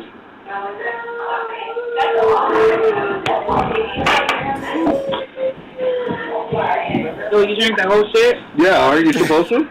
I don't know. I thought I was. Dang. I'm the only one that didn't drink my whole shit. You drank your whole shit too, Eric? Yeah. Yeah. And I'm slow. A bunch of alcoholics. And I'm slow. Oh, well, I guess we'll just get there faster. I thought Firewall was a regular Tuesday night. Oh, it hasn't been Yeah, a while. it's been a while. Look, like Wonder Twin powers activate. Form of a cricket. Shape of a sewing machine. You're a fucking asshole. I thought I was going to say form of an alcoholic, but Yeah, Yeah, right? quarantine everybody to alcoholic. Oh, you heard Jen? She said alcoholics go to meetings. Yeah. Well, what do we call this right now? I think This is a kind show. of a meeting. No, it's not a meeting. It's a production. It's a production, yeah. We got lights. We got cameras. Just drink taste up. it. Drink up, baby. Just drink up. Just. I'm trying to waste time and drink a drink. Tommy Wiseau is our director. Oh, shit. There you go. There you go. Try that one. So try some of the peligroso. Ooh wee. Yo, you know what? I don't know if it's even You know what? remake. What's up? Be careful what you wish for. I'm just saying. That's it. Continue. Death Wish. Listen. Death Wish. I What go about Death back Wish? and I listen to that I recording thought you said Death Wish. of when you had that fireball, and you and Mike going back and forth, and I love it. I just rewind and listen to it. Rewind and listen to it. Cause it's good. Get Mike on. Yo. Get Mike on. Where's Mike? Mike's Where's probably Mike? somewhere in Long Mike. Island. He's probably crossing the boat right now. But yeah, you know what's a remake that I don't know if it's a remake or not, but did you guys watch Invisible Man? I just saw the new one. How did Yeah, you like it? I've never seen the movie. So, I liked it. Okay. And I don't consider it a remake, rather a re-envision. Okay, great. There you go. I like that. I like that. And I liked it a lot. Okay. You know what? Yeah, go ahead. Go ahead. Drink a whole fucking mint. It's funny because I had to explain to my dad how it ended, because sometimes he don't watch movies entirely. Uh-huh. And then I was like, hey, did you notice how when she went back to the house, she hit the suit. My soda, if you're going up there. She hit the suit. And when the husband was like somewhat killing himself, I said, that was her. And he's like, it was? I said, Dad, you don't remember when she went to the house and hit the suit? He said, no, I don't remember that. I said, you wasn't paying attention. Like, she set everything up. Damn. Yep. She had her plan. Damn. See, I haven't watched it, okay? But I read up on it. And I know, I'm going to tell you why. Because I remember watching Hollow Man 1 and 2. And I said, I'm going to rewatch those first to see if it kind of coincides with this one. It reminded me of Hollow Man a lot. Okay. And before that, did you watch Darkman? Yes. Yeah, that Oh, was a good yes, one. man. Liam Neeson. There's no There's no relation, but that entire guy with bandages and dude, I love movies like that, man. Love yeah. shit. But then you take it back to the original Invisible Man back in the 30s or 40s. But you can even go to the Chevy Chase Invisible Man. Oh my God! If the movie's That was the first What? Invisible Man I experienced, was the Chevy Chase one. But this whole thing was supposed to be part of Universal's Monster Universe. Oh yeah. It kind of got derailed with the whole mummy thing. Yeah. And I blame it on Tom Cruise. Yeah. Blame everything on him. No, I do, because Tom Cruise and Will Smith are these two actors that they have to be the stars. Yeah. You know, they kind of ruin movies because they want to be about me.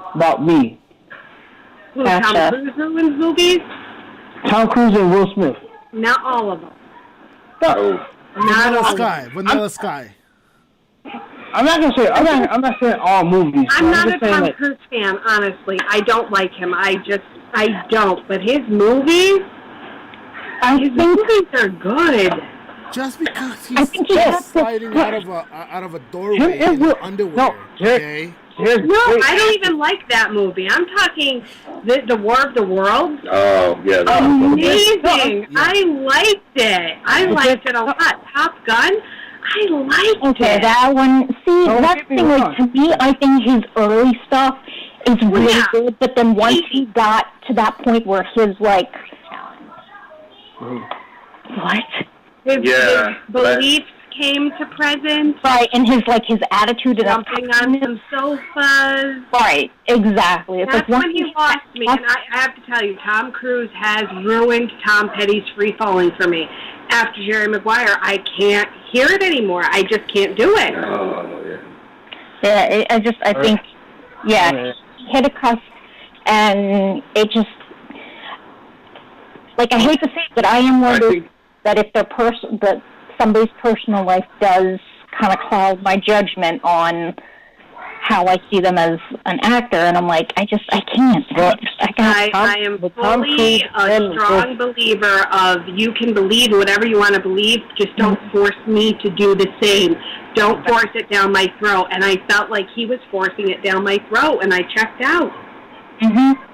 No, but like Tom Cruise and Will Smith are both Scientologists. You know that? I did not know. I didn't know Will Smith, and that's not going to sway my judgment because he hasn't been so, this is it, this is true. You know what's the actor, but like kind of fell off too with this whole time? John Travolta. Yep. Yes. And he had the best comeback. He had the absolute best comeback. Like that, you couldn't have asked for a better one. And then... As a kid watching Look Who's Talking To, and the third one with the dogs, you had to. And then when Pulp Fiction came out, you're like, oh my God, I forgot how relevant you were. Like, you're amazing. Yeah. Best comeback ever. He did Battlefield Earth, and then What was that movie where he was like an alien? Good. Was it Mars something? Red Planet? Earth. You know, you're thinking about Mars. It's Battlefield Earth. Yeah, that's the one. You're thinking about Mars Attack. You're thinking about Mars Attack. Mars Attack. No. John Travolta, and like they go to like Mars or something, and he has these. IMDb it right now. You don't remember? No. What was the premise of the movie? I don't know. They're in space, and he's some sort of like alien. I think it's called Battlefield Earth. That's the only one I know. It's like got like a weird looking head thing. Yeah, he has like cornrows or something. He looks like a Klingon. Like a Klingon, yeah. Yeah, that's Battlefield Earth. Oh, I thought it was called Red Planet or like Mars or some shit. There was Red Planet. That was a different movie, but he wasn't in that. Oh, okay. Thought it was him. There's Red Planet. There's Ghost of Mars with Ice Cube. That's like. Now, can we talk about Ghostbusters really quick? Because I keep seeing it. Oh, here we go. Come on, listen. All right, go off. About Ghostbusters. Oh boy. Go off. So, well, where do we want to go? Do we want to go with the remake, or do we want to go with the upcoming Ghostbusters movies? Because I have opinions on all of these. Well, give us your opinions. What do you think? Let's go with the upcoming. Let's go with the upcoming. All right, I am thankful that they are bringing back the original Ghostbusters, but I would have liked a little teaser of that in the trailer, because right now, all I see is Stranger Things Ghostbusters. All I see. Listen. Yeah, it's Sony. Listen, here's my thing. I understand why they took this route, because they wanted Egon included in this, and this is the only way they could have done that. I understand that, but if we were going to be going with a generalization of Ghostbusters, we should have gone to Oscar. Yep. We should have followed Dana's son, Oscar, from Ghostbusters 2, his story. Or, if we wanted to, we could have explored the Janine-Lewis relationship. Maybe they had a kid. But at least we were already introduced to one with Oscar. Damn! And I get it. This is how they brought Egon in. Because he couldn't have come in with the other story. I get it. But maybe they do, if they're going to bring back the other Ghostbusters in some sort. Maybe they do talk about Oscar. What year did Ghostbusters 2 come out? I don't remember. I want to say it was 88 or 89. 89, okay. So that kid will be 30, going on 31 right now. Yep, which is Paul Rudd's character's age. You could roughly say, even though he's not 30. Paul Rudd is like 50. Yeah, but I'm just saying, he's portraying a somebody that could pass as a 30 to 40. Okay? And I'm sorry, but like I said, and nothing against kid shows, I would have rather seen 30-year-olds. Like, I was excited for the Chris Pratt possibility of Ghostbusters. I would have sold people in their 30s doing that. But come on, kids? With a gunner seat? Like, come on! I don't want to see Stranger Things Ghostbusters. So they're going to start. And I don't care because I care about my generation. And you know what? My generation should respect the classics. And my generation would want to see something that we've already built up to, not something. Okay, so we're going to kind of think about that. We're going to pull a freaking Halloween 3, totally deviate from the series. We're going to kind of think about that, but no. Now we're going to focus on. And it's not even your generation because, I'm sorry, 15-year-olds aren't buying movie tickets. Mommy and Daddy are. And guess who Mommy and Daddy is? It's me. So it's my money I'm shelling out for these movies. That's your fault. That's your fault because you can easily pirate movies for free and you over here buying tickets. That's your fault. No, I'm just saying. You said Halloween. You said Halloween. Which 3. Ooh. The most pointless movie of all time. Like, don't even call it 3. They should recall that shit. They really need to pull it back. listen, the whole Halloween franchise was just fucked because when they made the remake, they just said, fuck everything after 1. Because with Halloween 3, they could. They already changed the fucking game right off the bat. Their trilogy became a what the fuck am I watching? So they already fucking pulled the rug out from under you. They could do whatever they want. They could come up with Halloween 49 next week, and I'd still watch the fucking bitch. Yeah, there's supposedly another one coming out, the final Halloween. I understand, forget about Jamie, forget about her kid, forget about her growing up. I really enjoyed it. Forget about Paul Rudd and his starring fucking I like the remake. We'll go back to Jamie Lee Curtis. And then, not only are we going to go back to Jamie Lee Curtis, let's hit pause. Now, remember when she was a fucking teacher and she had a son? Fucking forget that, too, because that shit ain't happening anymore. And that's what I told you in Halloween 2. That's her brother. Forget that shit, too, because we ain't going to fucking talk about that, because this is going to go with women's rights. No, listen, I am serious about my fucking childhood classic. I know, right? I've enjoyed it. Pass the fireball. Pass the fireball. Man, I'm taking the week off. She's taking my place. Let's go. I'm just saying. Like, they done fucked with you. They mind fucked with you. Can't hear you, Jay. Jay, can't hear you. Your mic's cutting out.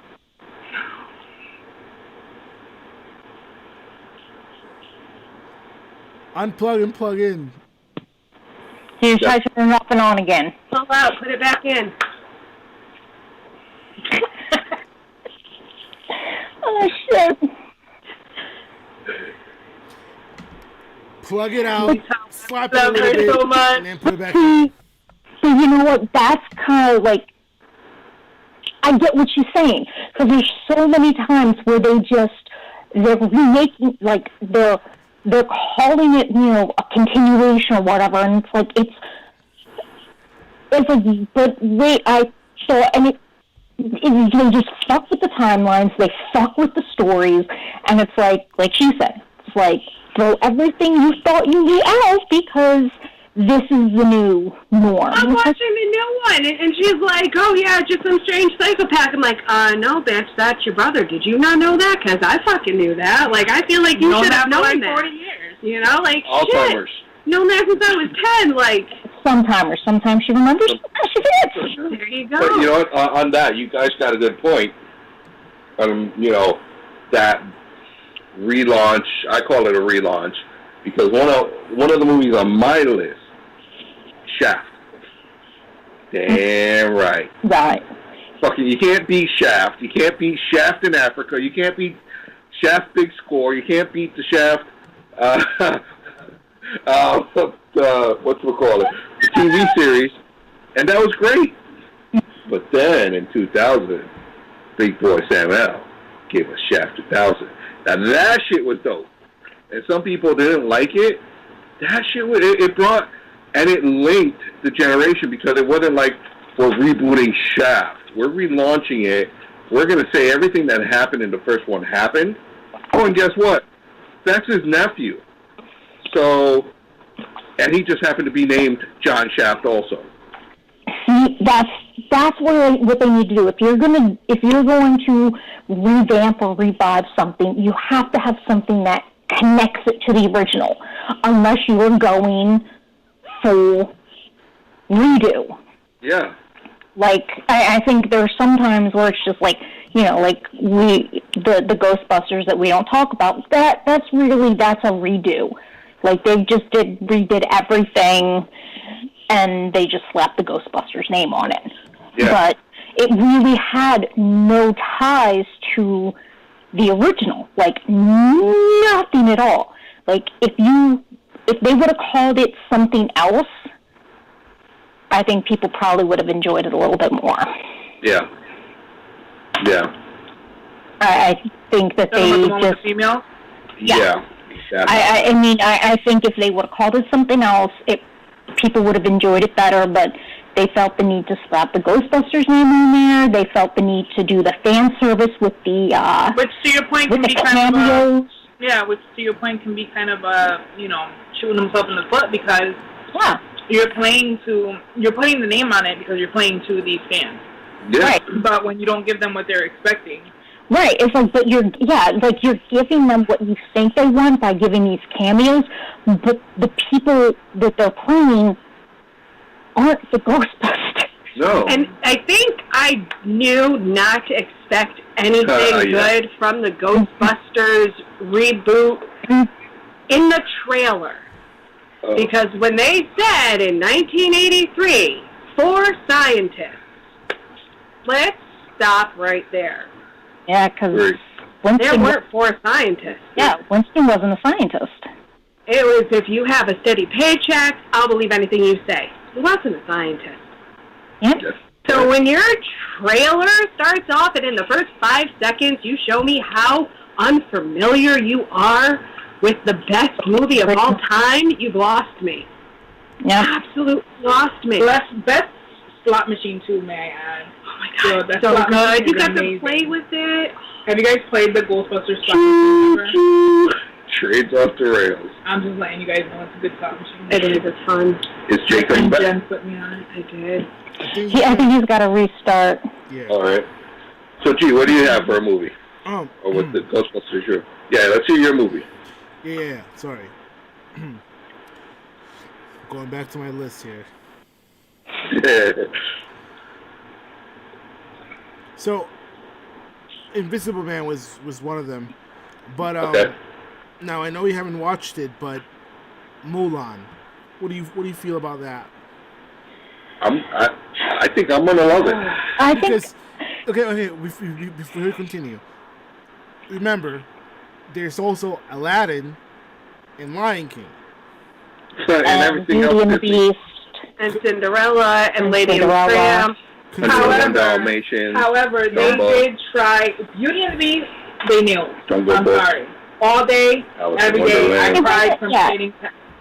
It wasn't bad. It was different than the original, but not so much. Not in a bad way. Totally different movie. Right. So I will give them that. And but the problem with Mulan is it's going to be so much different. They're not going to include the music. Good. I feel that it's always harder to turn a cartoon into a live action. Yeah. Than a live action. You know? Yeah, I mean, with Beauty and the Beast, there wasn't a ton that you would need special effects for. Mulan, I mean, you've got a lot of action sequences. But that's not, I get what Sean is saying, it's not a lot. Right, but so like Mulan, you've got the avalanche scenes, you've got all the fight scenes, you've got Mushu. Now, you're going to try to have to do Mushu. They've been very disappointing with their talking animals. Yes. So, I mean, I've always, me and Disney, What up, Jake? me and Disney got beef. So, I don't know. I would like to think that it's going to be good, but... What did you think about Lion King? I didn't see it because I didn't know how I was going to feel about it's one thing to watch cartoon animals talking. It's another, it's the same reason why I really didn't watch Jungle Book. Jungle Book was so good, though. Yeah, it was. I don't know how, I just watched Beauty and the Beast for the first time a few weeks ago because I had held off on live-action movies. So I just saw Beauty and the Beast and Aladdin. Yeah, Aladdin was... Watch Aladdin. Aladdin was... I liked Aladdin a lot. Yeah. I like Beauty and the Beast, and I liked The Lion King. I liked it. What I can't wait to see is when they do The Little Mermaid. Oh. No, seriously, I need to see how this movie turns out. On some real serious shit, because I know that movie from beginning to end. All right? Do you think that maybe the prince is going to... Wait. Do you think that maybe the prince is going to be Chris Elliott? Let me help you out of my water with my strong hands.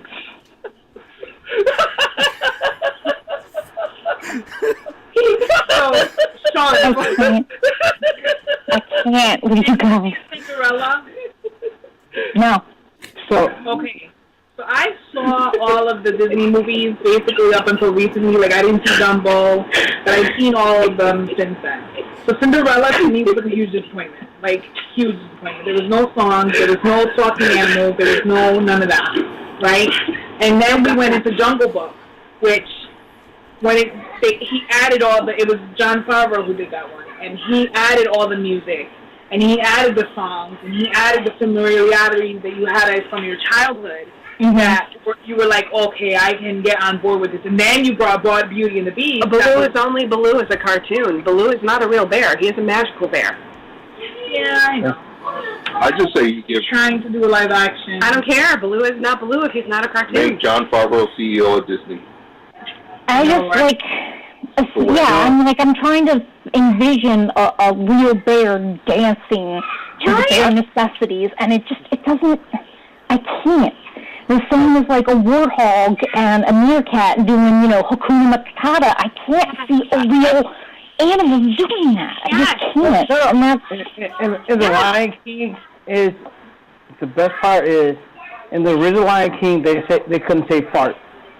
Yeah. Yeah. When Seth Rogen would say, fart, are you going to stop me? And he's like, no, Timon. That was so funny. Yeah, it was. Okay, so I can definitely appreciate that. Which is funny, though. It's kind of showing how far Disney has gone. But I think it's funny that, because Shrek's not Disney. No, that makes sense. I was going to say, but yet, Shrek, they showed donkey peeing on a fire. Ideas. Yes. They run out of ideas. Well, no, you know what the problem is there's nobody's writing some fairy tales for them to leech off of. No, they are. They start acquiring them, because I'm sure that there are still tales that need to be told, stories we've never heard before that would be great for the Disney, area, but trying to get a script in there, try to even get that at the door of Disney, I mean, you have a better chance of reaching God. Yeah, right. It's all about the money. What's going to do? Yeah. It is all about money, because you got to remember is, yes, what Disney is built off of, that's why they had to purchase Fox, Marvel, and Star Wars, because they're running their IP into the ground. They didn't have anything else coming new into the IP. They need to put fresh life into it. People told Bob Iger that he was making mistakes and doing all these things. to buy Star Wars and Marvel and all that stuff. No, they like investors are like, yeah, comic book movies are stupid, But I mean, he was right. I mean, Disney did what Disney does best: acquire somebody else's properties and make it their own. And that's all they do. Yeah. I mean, aren't they just about to lose the rights to Sleeping Beauty? Like they had optioned the rights for like I think 50 years. I think aren't they just about to lose the rights to Sleeping Beauty? I mean, unless they re-grab it, which I can't. I mean, with Sleeping Beauty being one of their primary princesses, I can't see they're going to let that go easily. They're gonna jump on that and re-grab it. Disneyland is her castle because they need to keep her. Because if somebody else grabs her, because was it the Brothers Grimm? Brothers Grimm. They kind of wrote. What was that show on like CBS? Grimm. It was pretty much all the fairy tales that Disney. It's like just the dark side of these. Yeah, it was the truer. Also, Once Upon a Time was also a lot of the Disney fairy tales, and granted they became a Disney program. But you got to see the dark side. You got to see the Brothers Grimm. If the new CEO of Disney is smart, he would put these things on 20th Century. Yes. Yeah. And spin them out as as more adultish. Well, the majority of fairy tales are dark. Yeah. Yeah. Like they don't have happy endings. Or they could double dip. They don't. They could double dip and. This is our dark line. Have a Disney After Dark. Yeah. Give us this is, and watch. I bet you, because we've said it, it's gone. Mm-hmm. But it's gone. If on 20th Century they run their Disney Dark, there you go, DD Disney Dark. Oh my God, fucking great logo. Like as a kid growing up, I didn't know that Disney owned Touchstone's Pictures. No. And watching Roger Rabbit, Who Framed Roger Rabbit, that shit was crazy. And if they ever remake that, I will kill them all. No, they won't. Yeah. They can't. They have you heard the original they're remaking the Mask. original story? No, I'm sorry. Have you heard the real story of Who Framed Roger Rabbit? No. It's way different from the movie. That's okay. It's like the cartoon characters had like this doppelganger, like the dark side of. It's crazy. It's way darker. Or like, is it like a book or a comic? Or? It's a book. Oh. It's way darker than the cartoon, the movie. Well, then there you go. That's made it up. That's Disney. But, I mean, that's what they do. They sanitize the shit out of everything. At the same time, they didn't want to do it because it kind of didn't sell as much. So they changed it to make it more, Yeah. They make it marketable. That's what they do. They take a story, they sanitize it, and they make it marketable. And I won't fault Disney. They know what they do, and they do it well. Well, they were coming out against License to Drive, so, they had to be careful with that movie, with Who Framed Roger Rabbit. That movie, Who Framed Roger Rabbit, is, as a kid, that was... Jessica Rabbit, it was like, damn. Yeah, right? Had my hormones going straight. I wasn't even fucking a full-grown kid yet. Shauna, I just like the dress. I wanted that red sparkle dress. I knew I'd never fit into it, but I just wanted it. Shauna, how do you feel about Mad Max? I actually the Fury Road. Yeah. I liked what they did there, honestly, because it kept the post-apocalyptic theme of the but it was almost like it was a parallel story arc. You know what I mean? Like, it wasn't Beyond Thunderdome. It was like it was a separate entity, but still kept with the gritty post-apocalyptic. Like, I was not mad at it. You think it was like somewhere in between before he got to Thunderdome? Like a side quest that we never got to see? Because between Mad Max and Thunderdome, there was some time. And it took me like a couple of months to actually fully watch the movie because it was one of those movies, oh, it's on HBO? Oh, fuck. I already saw this part. All right, well, I'm just going to watch it to the end and just try to catch it from the beginning. But it wasn't bad. It was. I liked it. Yeah, I again, I think that's what I think. If you're going to do something where it's in that spectrum, but you don't want to, you're not exactly sure how much you want to tie into it. You just, as long as you have things that connect it to the originals, it meshes well and it melds and it blends almost seamlessly. And I think that was done pretty well. I mean, it's not like it was, like when they redid Total Recall. Oh, man. Yeah. Okay. Yeah. I can't stand Colin Farrell.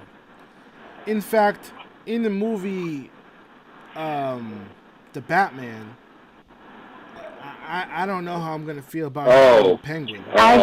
But still don't know how. In Total Recall, though, no, I didn't even finish it. That was a Martian space turd. Yeah, you cannot remake movies with like Arnold Schwarzenegger in it. Not just him, but like movies like that, man. You don't do that. Don't. No. Yeah. Like they're remaking Dune.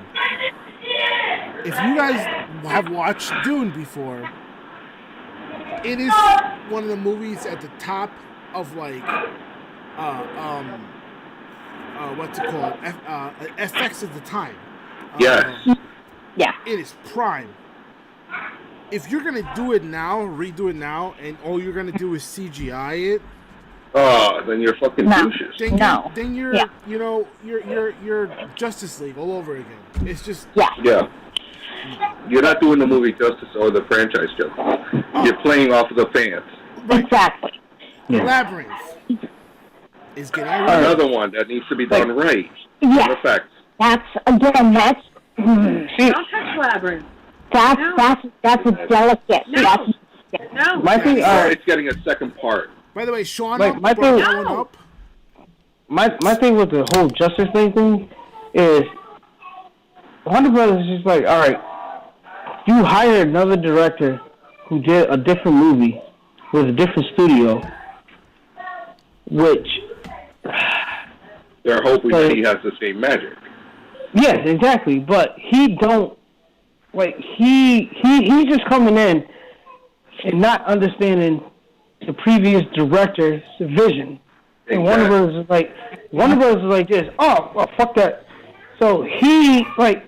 A lot of people get Joss Whedon a lot of shit. You can't give him a lot of shit because at the same time he is trying to come in, trying to work on somebody else's project that already started something. It's like I don't know. It's like trying to finish somebody else's essay. And it's like Warner Brothers, like all they had to do to avoid problems what they had. Zack Snyder filmed all these scenes, like a lot of scenes, blah blah blah. Joss Whedon, all right, they should have just delayed it. Delayed it, or just Joss Whedon just finish what he did. Okay. Yeah. Or Chris Nolan. Somebody just finish what he did. Yeah. That's what we got was a relaunch. You got the movie you got, Yeah. Yeah. And now but that says a lot because now you have people, you have directors saying, oh yeah, I never finished Suicide Squad. I have a director's cut. So that, what that's telling me is that when a director for DC comic books makes a movie, they have a great vision, but the company says no. And the final product that we're getting is bullshit. And if people, if you're, and we're going to leave the fandom apart from it, but if you have the director saying, I have this cut and it's better than what you saw in the theater, then you need to stop, calibrate and listen, and take a step back and be like, oh shit, we made this mistake once, let's not do it again. Exactly. Yeah, I mean... Because what... Oh, sorry. Oh, no, I was just going to say, it's, you know, you would think by now they realized that this, you know, it's not a niche genre anymore. You know, the nerds have money and we are willing to spend it on good shit. When you give us good shit, we will spend our money on it. But if you keep giving us shit, we're going to stop. 2008 is when they took us serious. The Dark Knight and Iron Man came out 2008. And that's when it's like, oh shit, this is real. Yep. It was like, oh, there are people who want this. And who make the money. And I kind of blame this on Christopher Nolan, like you said earlier, is Christopher Nolan could have, oh yeah, I want my Batman to be real. What? You have to realize that he lives in this world with, like, super beings, you know? And even though he worked on Man of Steel and all that stuff, he had this, like, his movies have to be, anybody else, Memento? Johnny Depp? Right, it's very confusing. Like, wasn't it the one where he writes on his stomach and stuff, or gets tattoos because he keeps forgetting stuff? Yeah, and what's the movie? Inception. Dream within the dream. Like, that Christopher Nolan is like, his movies makes you kind of think. And like right now we're in a time like this. Yeah, I don't want to fucking think. I just want to escape from what's going on, especially right now. I just want to escape from this fucking world and just enjoy. And that's the thing is, it makes me happy. Yes, that's what comics and superhero movies are about: is escaping reality and going into this fantasy world. You can't have some high.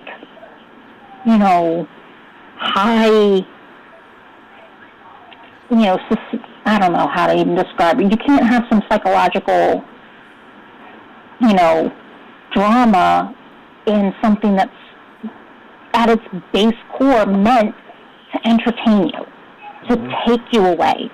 I mean, there are some comics that are definitely psychological thrillers and really dark and make you fucking think, but that's that genre. Superheroes? No.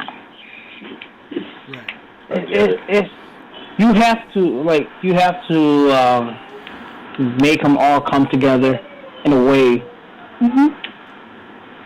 So it's like DC, like it's not DC, it's Warner Brothers. That's my whole beef with Warner Brothers. Is they had the property since the fucking 80s. Yeah. The 80s. And there's no bigger name recognition. Yes. No bigger name recognition. They had it on a silver platter. They had everything. I'm on Twitter a lot, and I see a lot of these people who hate these Marvel fans and DC fans going back and forth, blah, blah, blah. I was like, listen, DC fans, it's nothing against you guys. It's Warner Brothers. Warner Brothers have a head start against Marvel. Marvel sold that shit off in the 90s. Went bankrupt and stuff. They made a little movie called Iron Man. They wasn't sure it was going to make a profit. Made profit. Push for hard. So there's like, all right, we're going to make other lesser known characters who didn't sell well, but we're gonna be into the Avengers, which did sell. Captain America didn't sell well. Thor didn't sell well. Ant-Man didn't sell well, even though he wasn't a part of the original, Yeah. But what I'm trying to say is, DC had the upper hand. No, they did. But Warner Brothers didn't listen to DC. Nope. No. If you look at that animated shit, DC is killing Marvel animated. Yeah. Well, It's like the kids from here all over again. so they're not. But the thing is, now they're not making any more animated. That universe is done. Yeah. And they're fucking up. Yep. Now that Kevin Feige is in charge of Marvel right now, we're gonna get animated. That's gonna tie into movies. yes. That's the thing. And every DC fan was willing to accept each movie or its different continuity. They didn't give a fuck because it was based well. off a book. Yeah, and it was done well. Exactly. Now it's over. I loved all of the DC animated movies. They were so good. Yes, I love both Marvel and DC. I love them both. Yes. But it's... I'm a little biased. Listen, I love the DC Tim Burton Batman. I do too. That's my Batman. It's my Batman. Yeah, and that's my Joker. Is my Joker. And my Thank you. is my and I fight people to this day about Jack Nicholson is my Joker. Yeah. And they're like, Heath Ledger. I was like, no, Heath Ledger was... He was a good reboot. But what was so great about the Tim Burton Batman was it wasn't too serious and it wasn't too comedic. It was that perfect blend. It went away from that, 60s camp of the Batman TV show with Adam West, so it gave it a little bit darkness to it and that grittiness that Batman deserved, but still keeping a little bit of light elements to keep it not so... Yes, but... Everyone would have had Billy Dean Williams as Two-Face. Psychologically, Heath Ledger might make that Joker, but Jack Nicholson, when you look at him and you look at his facial features, he portrays what a Joker should look like, what he should be. And that is why. I told my friend this. If you put Jack Nicholson, Cesar Romero, Heath Ledger, and Jared Leto, you get the perfect Joker. And Mark Hamill, you get the perfect Joker. But what about Joaquin Phoenix? Because him too. No, this is before Joaquin Phoenix movie came out. I told him if you put those Jokers all together, Joker is, his mind is so messed up. Yes. He's a gangster. Yes. He's an anarchist. Yes. He's a thug, like the Jared Leto one. Yeah, Jared Leto. He's a thug. You have the thug Joker. So you have Hamlet's voice, Nicholson's eyes, Cesar Romero's face. But Mark Hamill, Heath Ledger's mindset. The animated series and nothing about Jared Leto. Joker. The animated series did Joker the best. Yes. Yeah. Because they balanced him so perfectly. Because again, you have that perfect blend of, you have your comedic elements, because after all, he's a Joker. That's his shtick, is a Joker. His puns, laughter, blah. My two top villains is Joker and Dr. Doom. So, if those two ever got together, it'd be a wrap. Yeah. Those two would fucking destroy everything. Those two minds put together fucking destroy everything. from like to me, I don't know if they could be together because they would betray each other. I think they get each other because Joker, for as much as he may some things play down, he's really smart. I mean, nobody takes him serious. Right, nobody takes him serious, so we don't realize how brilliant he is. And then you've got that ego of Dr. Doom, who he just was like, well, I'm genius.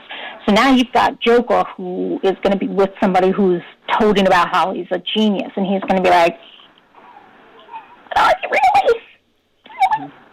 And if you watch Earth's Mightiest Heroes, Dr. Doom knew there was a Skrull invasion before Nick Fury. He knew it was. He's like, you guys, like when the Avengers are fighting him, like, you guys don't know what you guys are dealing with. Secret Wars. And he's like, all right, you guys, because they thought he beat him. He's like, you guys didn't beat me. I'll let you guys win. Yep. He's like, I'm out. Dr. Doom was just pimping shit. And Fox didn't understand Dr. Doom. That's what pissed me off about the whole Fox. Because I think Dr. Doom was looking for a certain specific type of female. I like Dr. Doom. Like, give me the figure roll. Come on. Give us the question.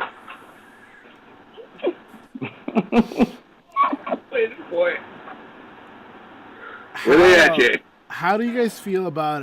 I know it's off topic, but Star Trek. Did you enjoy those remakes? Not remakes, but new stories. But you know what I mean. I really liked the prequel. I really liked seeing how things came about. Like I've always been a big fan of prequels Star Trek when they're done right. Which one though? The J.J. Abrams ones? Yeah, I enjoy them. J.J. Abrams, he's playing off of your generation. Yeah. Yeah. It's nice seeing where your heroes came from. He made that Enterprise look like the Enterprise we all imagined as a little kid. Yeah. That's what the Enterprise, if they had the technology back in, when Star Trek came out, that's what it would have looked like. Yes. That's what it would have done. Yeah. That's exactly out. And it was like one of those things of, damn, you got that Enterprise looks badass. Yeah. And I get for technology at the time, but that's the Enterprise that I always wanted to see. We got to build it. It was like, holy shit, look at it go into warp. Poof. Yeah. Like, that's what warp is. Poof. Yep. There's something so satisfying in seeing the beginnings of your childhood heroes. Yes. Oh my God. So it's really, there's something so satisfying and cathartic. It's perfect. I read an article.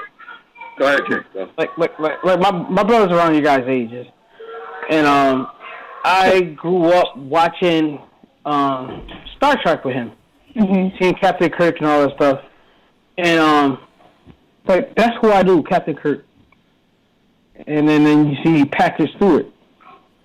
The two different captains. Because Kirk was more of a rough guy, but had Spock to back him up. Stewart was the smart guy and had Worf. Yeah, and he had in the 90s, right? In his hands. He had Worf and an android. So all Patrick Stewart really had to do was just think about the scenario. But I grew up watching that early original Star Trek. But I read an article this past week, that William Shatner is open-minded to reprising his role. And it's possible. There's a whole bunch of books after Generations in which Captain Kirk lived. That's dope. He didn't die in Generations. I would watch it. I would watch it too. See, I wasn't a big Star Trek fan. Maybe. But Go ahead, Jay. Like my father and my brother used to watch it, so I used to like watch it in the background, you know. Like Star Wars. Trust me, lately I've been on a Star Wars kick, and Star Wars. I think they got lucky with the fact that they never finished the story right away. Yeah. They took so much time between the three of the trilogies that it allowed them to. So where I was getting it with playing devil's advocate was all these reboots and these remakes are really, if you really think about it, don't think about it as a remake of your movie from your childhood. Think of it as a reintroduction of your childhood to the new generation. They have to appeal to the next generation. So Ghostbusters, the Stranger Things kids are what's in right now. That's what's going to bring that new generation in. So, Are you guys ready to hear this about Star Wars? Yes. Yeah. How smart Star Wars was before its time? Start in the middle. Looking at our political climate we're in right now.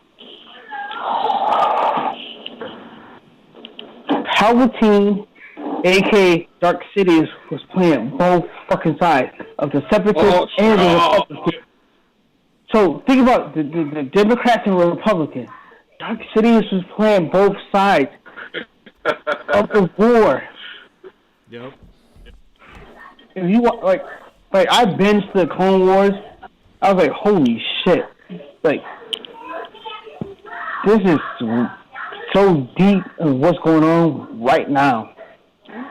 And he played on Anakin Skywalker, his feelings.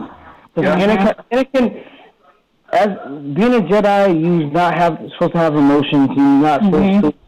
Qui-Gon Jinn did. He disobeyed the Jedi Order, you know. Big time. Big time. And Diaz. Yeah. Obi-Wan was loyal to the Jedi. He was like, listen, if somebody's about to die, just leave them. We gotta finish this mission. Anakin was like, no, that's my friend. Anakin had emotions. He had feelings. I love this person. I'm gonna care for. I'm gonna save you. Palpatine, like literally, Dark Sidious knew who he was, because Dark Plagueis pretty much made him. Yep. And he knew that this guy was going to overthrow the Sith. So he played on his emotions. Like so. Obi-Wan, Padme, like all these emotions, like he knew what he was doing. So when Mace Windu was about to kill him, he was like, I can save your wife. Which he knew, Palpatine knew he couldn't save Padme because but Anakin didn't know that. No, Anakin was on emotions.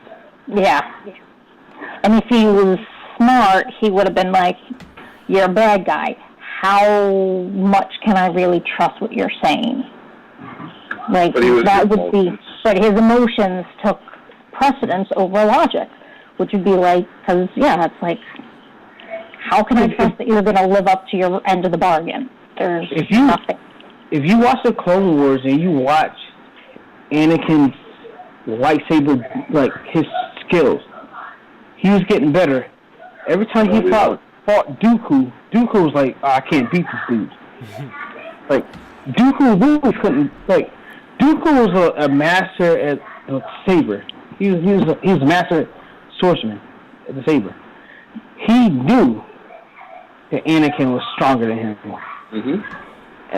All the knew that Anakin was not as strong as his force. When he became Darth Vader, that's when he relied more on his force, because that's when he, like, in Return, body parts. like the last was Return of the Jedi.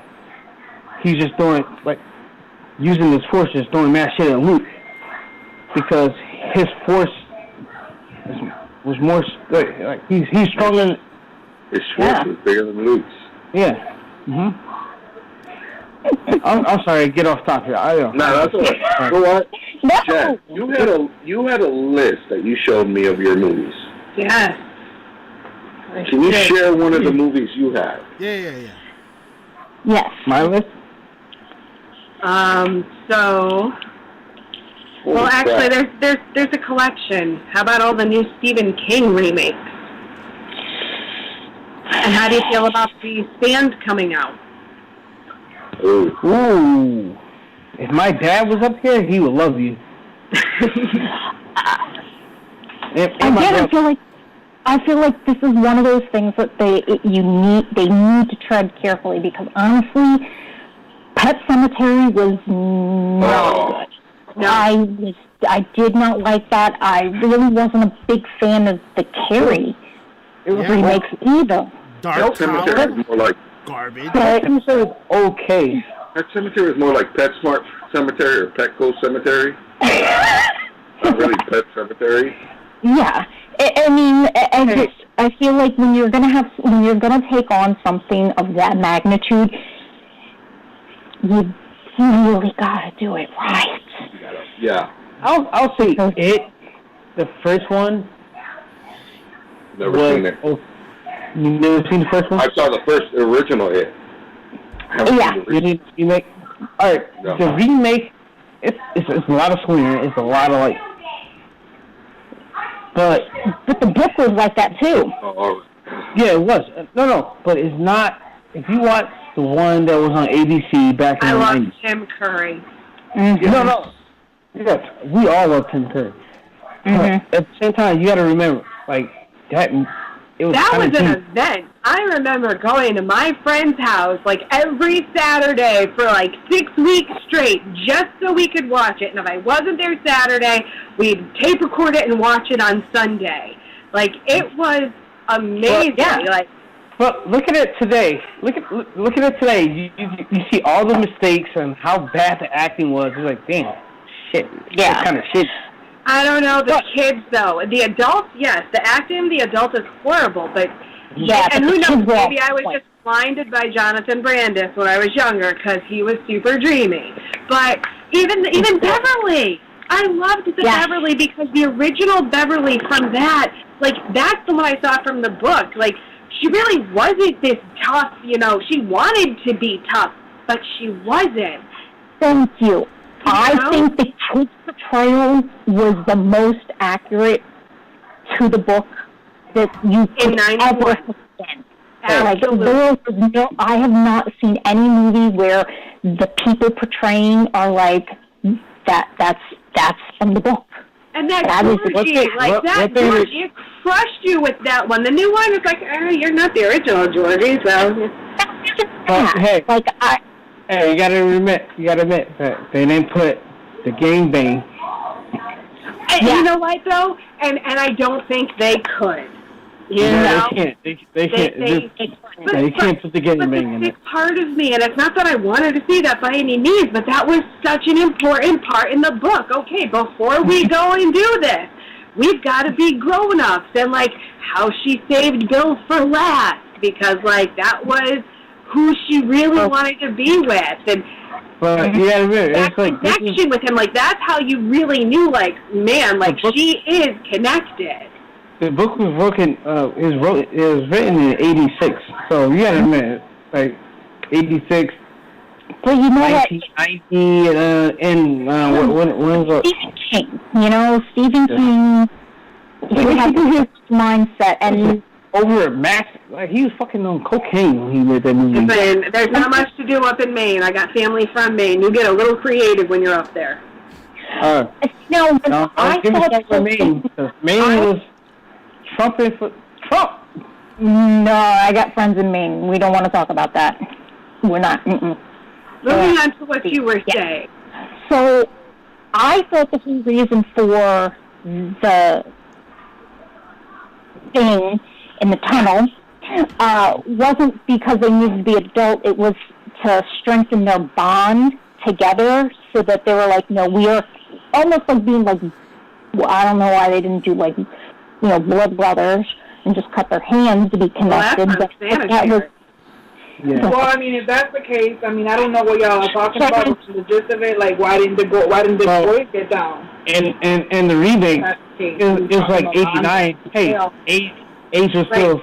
But why didn't they do each other? Right, that's what I'm saying. If you want to talk about it having to do with a bond. Yeah, that's the bond. Because, I mean, essentially they only had the bond with Beverly, if you think about it. Right. Mm-hmm. All they did was share Beverly. Oh. But I guess Beverly was the catalyst to bring them all together, maybe? I don't know. I just thought that it was, like, that's what their whole reason for doing it was. So like, to strengthen them. And I always saw it, in my mind, like, because, mind you, I read these at a very young and inappropriate age, so in my mind, like, oh, you know, they're trying to, like, mature, like, yes, this thing comes after children, so maybe if we aren't acting like children, we have a better chance of fighting it. You know, so let's strengthen ourselves. Like, we'll be a stronger group, we'll be a stronger person. Mm-hmm. So it could have been like a combined thing. Right. Being mature so that they're no longer considered children, but also strengthening, you know, because it's an intimate act, you know. Yeah. You can't get much closer than that, so that would make sense in that aspect as well. So, but yeah, I mean, I think in the 80s and the 90s there was still a lot of shows that were questionable in nature. Well, the ratings were so much more lenient back then. Yeah, exactly. I mean, there were PG movies that were like, I saw boobs. Right? All movies. How was this PG? Yeah. That was a good movie. I'm not going to complain. No, that's fine. But, yeah, I feel like with Stephen King, you have to treat his work delicately. You know, it's like the new It, I feel like it's one of those, you either like it or you don't. And I think a lot of that hinges on how much you liked the original. See, I had a problem with the look of the current Pennywise, because even when he wasn't demonic, evil, monstrous Pennywise, the guy was scary as fuck. Like, yes. Tim Curry was approachable, and that's what you needed from a clown, because I'm sorry, I'm terrified of clowns, first and foremost. So the likelihood of me going up to one in general, not so good. But I'm definitely going to go up to one that looks like, you know, a normal, you know, beep, beep, here's my balloon, it's over a... Right, yeah. I'm going to suck your soul out of your eyeballs. Yeah. You needed that approachability. And I think that's, like, I'm sorry, but nobody can play a deranged, yet oddly reassuring and approachable villain like Tim Curry. Mm-hmm. Like, there's just something about him that you're just like, hey, that's how you do. And there's like, something's off. Bill Skarsgård, he said that. Bill Cosby can. I can't let you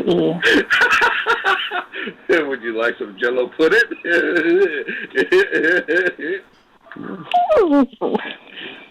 Sorry, I couldn't help myself.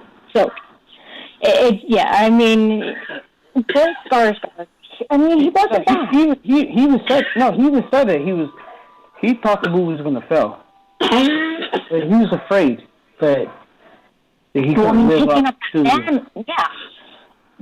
That's like if they did Rocky Horror Picture Show. You can't. You would never do that. They did. That was enough. Yeah, that was bad. They did. They did with the chick from Orange and New Black. Yeah. Oh, yeah, that was another mistake. Say that you can't that they can never remake it because you can try and you can call it the Rocky Horror Picture, but it'll never be the Rocky Horror Picture Show. It's not the Horror Picture Show. Here are 3 movies that I don't want to see remakes for. Okay, and then I'm gonna give you 2 that I do want, and they are doing. Okay, 3. Stargate. Don't remake that one. No. E.T. Don't remake that one. E.T. And I forgot the 3rd one. Splash. Splash. Ooh. See, all right. What the whole thing is. Waterworld. Don't remake Waterworld. No. Oh, the first one was bad enough. It really failed. So why are you going to make a remake of a movie that failed? Because they'll try, because that's Hollywood for you. Because everybody know it's Hollywood. Shit, and it could be better this time. Well, these studios are very ideals.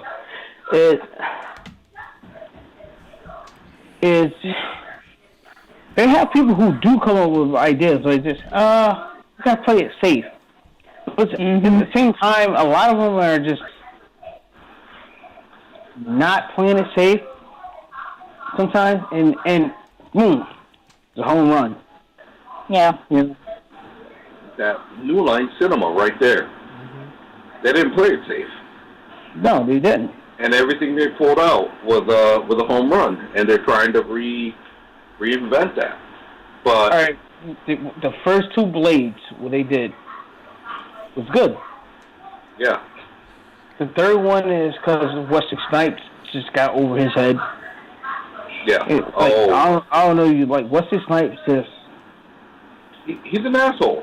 He even had, they had before Blade 3 came out, they had this whole tribute of karate to Wesley Snipes.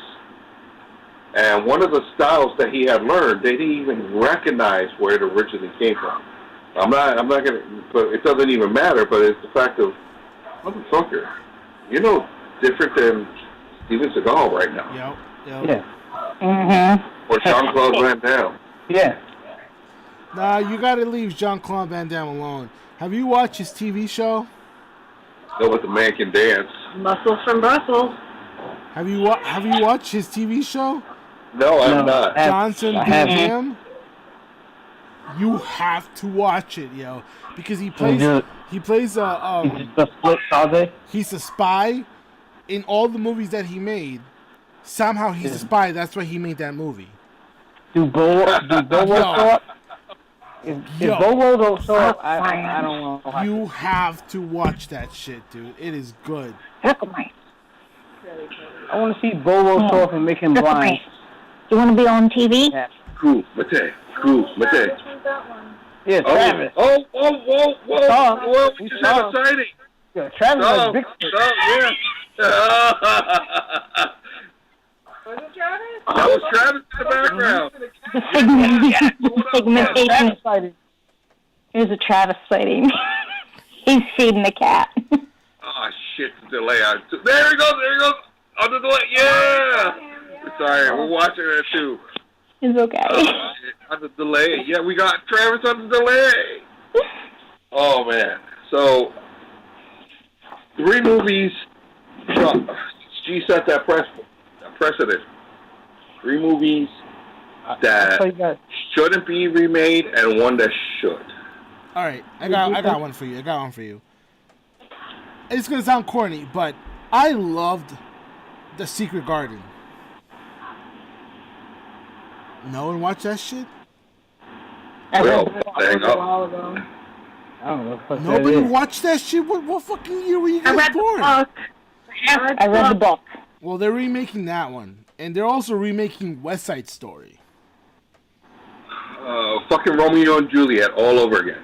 Why remake that shit, dude? It becomes a Broadway play, and you've seen so many different productions. What's one more remake? I saw you guys put in the group Dawn of the Dead and Day of the Dead. True. Yes. I like the remake. Yeah, that was a solid remake. Yeah. You know what? But it didn't take away. It was a good remake that didn't take away from the original. Sure. True. No. True. Yeah. You know what? What pissed me off? Magnificent Seven.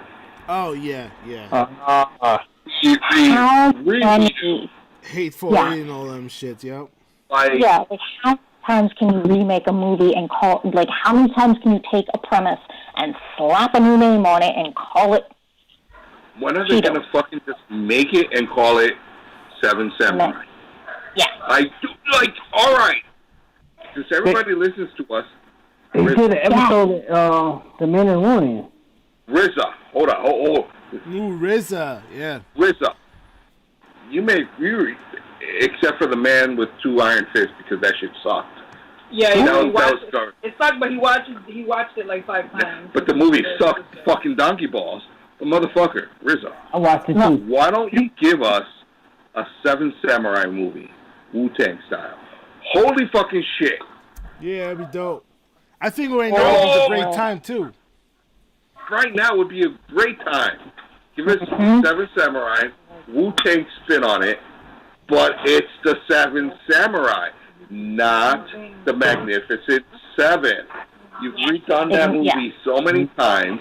Yeah. There was a TV series. It just give me Seven Samurai straight up. Because at the end of the day, I would prefer to see motherfuckers sliced and shot their neck than a gunshot. Because it's just going to fall. But listen. What a lot of people don't understand with the Wu-Tang Clan is they love comic books. Yes. And they love comic books and they love Kung Fu. And yes. They should do Afro Samurai. Yeah. Live action. No, like RZA really loves He does. He loves his shit. Like Ghostface, Ray Kwan, Method Man. They're huge comic book fans. And like people like just they're thugs. No, they love comics. We need to get them on the show. A lot of their content comes from comic book stories. It does. A lot of like, it. Look at after their names. Method Man, Johnny Blaze. Yes. Listen, and my you probably don't like their music, but My Chemical Romance, he loves comics. I like his music. He is the creator of Umbrella Academy. I'm Umbrella Academy, yes. Yep. If you listen to one of their albums, it's basically The Black Parade. Yeah, the Black Parade is like an operetta. I mean, it's a huge shebang. I mean, it's a story within a story. I mean, it's fantastic. I love it. Sean. Yes. 3 that shouldn't be remade and 1 that should. All right, 3 movies that should not be remade. I'm sorry, but I'm going to have to go with, I don't think they should remake Labyrinth. No. I don't. I think that's just too perfect. It's kind of like The Princess Bride, which would be another one. Yeah. It's just too quintessential and perfect in its own right. And it's this element.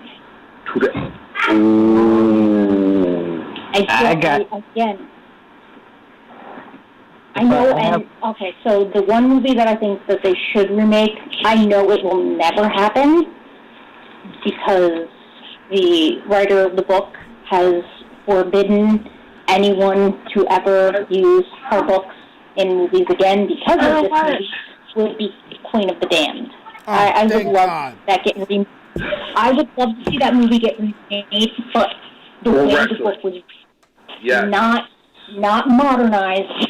Give me the Victorian. Yes. Give me old school. I don't want new. Well, same with like Interview with a Vampire. If you're gonna do it, keep it how it was. Don't modernize that shit. Don't 50 Shades of Grey that shit. Bad. But Queen of the Damned took 2 books and cut it into 1, and it left out so much shit. Well, the problem was when Queen of the Damned came out, it was the whole 90s grungy punk goth era, and they wanted to top of that, Aaliyah. Everybody loves Aaliyah. Yes. It was the hot top. She was barely in the movie. And which was a shame because she was phenomenal as Akasha. I mean, she was the total embodiment of her. Yeah. But everything else in the movie sucked. Now, I won't lie. She was like I love that movie. Exactly. It is one of my favorite movies, but it's like a guilty pleasure movie. It's like one of those things where Scott wasn't even... I want to be a rock star, and I fuck this movie. And Louis wasn't Brad Pitt. It was like... No. There was so much stuff in between those movies. Lestat? Like, Lestat. Yeah, there were so many other books that... And I'm just going to keep going. All right. Yeah. Somebody else, though, because trust me, I could talk about it. So I definitely don't think they should ever remake Goonies. I don't think that's necessary at all. And I don't need a Stranger Things Goonies either. Thank you very much. Flash. I know they're talking about it. I know they want to. I know they've tried, but you can't. You can't do it. I mean, I just watched the Josh Gad thing on YouTube where he brought everybody back, and they made such valid points. Like, you could buy Tom Hanks and John Candy as brothers. Like, you could buy that. That was great casting, and just the connection that he and Daryl Hannah had, and they just met, and they had that spark. They had that connection. So I definitely don't think that they should ever do that one. And not that I think they would, but Spaceballs. Don't redo Spaceballs. I wouldn't mind the Spaceballs 2. Right. A sequel I could do, but not. Yeah, no. And I would like them to bring back Lone Star, but you can't bring back Barf, so that's a little disappointing as well. But maybe Barf had a son named Vomit. It's possible. Up Chuck. Yep. Probably Chuck, because he was Bartholomew. Yep. So Chuck. Yep. And he could hang out with Lone Star and The Druid Princess. The Druid Princess's kid. So, the Lone Ranger. All right, so Johnny Depp as Tano. Can't go wrong. I actually. This is how big of a fan of the Lone Ranger I was. I had the board game. So, Legend of the Lone Ranger was a fantastic Johnny movie. Depp can do no wrong. Seeing the remake, 2013, Armie Hammer, Johnny Depp, they re-envisioned it, but they what they did is they made it correct to actually put it into a period timepiece of a movie. And watching that, it took forever for me to get a Hi-Ho Silver away, but when they played the fucking William Tell Overture, I was like, bam, they made the movie. Because they built up to it. But when did it come out? 2013. Look at the people who watched that as a kid and when it came out. Oh, the original? 1981. Nah, I didn't even put in the TV series. But 1981, that's when I first encountered the Lone Ranger. Yeah. See, again, I get what you're saying. They're banking on your generation to watch that. Yep. The movie was doomed to fail when they had the uprising about Johnny Depp's casting. As soon as that happened, that movie was done. There was nothing you could have done to save it. But nothing you could have done. No, nothing. But that was a good movie. I enjoyed it. I'm not. But I watched the movie. It was good. Wild Wild West, another remake. I enjoyed that one too. Wild Wild West. It was good for what it was. It was exactly. It was tongue in cheek. It was very tongue in cheek. A movie I grew up watching is you probably remember The Last Dragon. If they tried to do that movie today, no.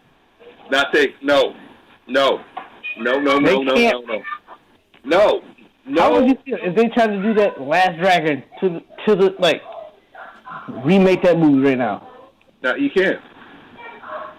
No. Bruce Leroy. Come on now.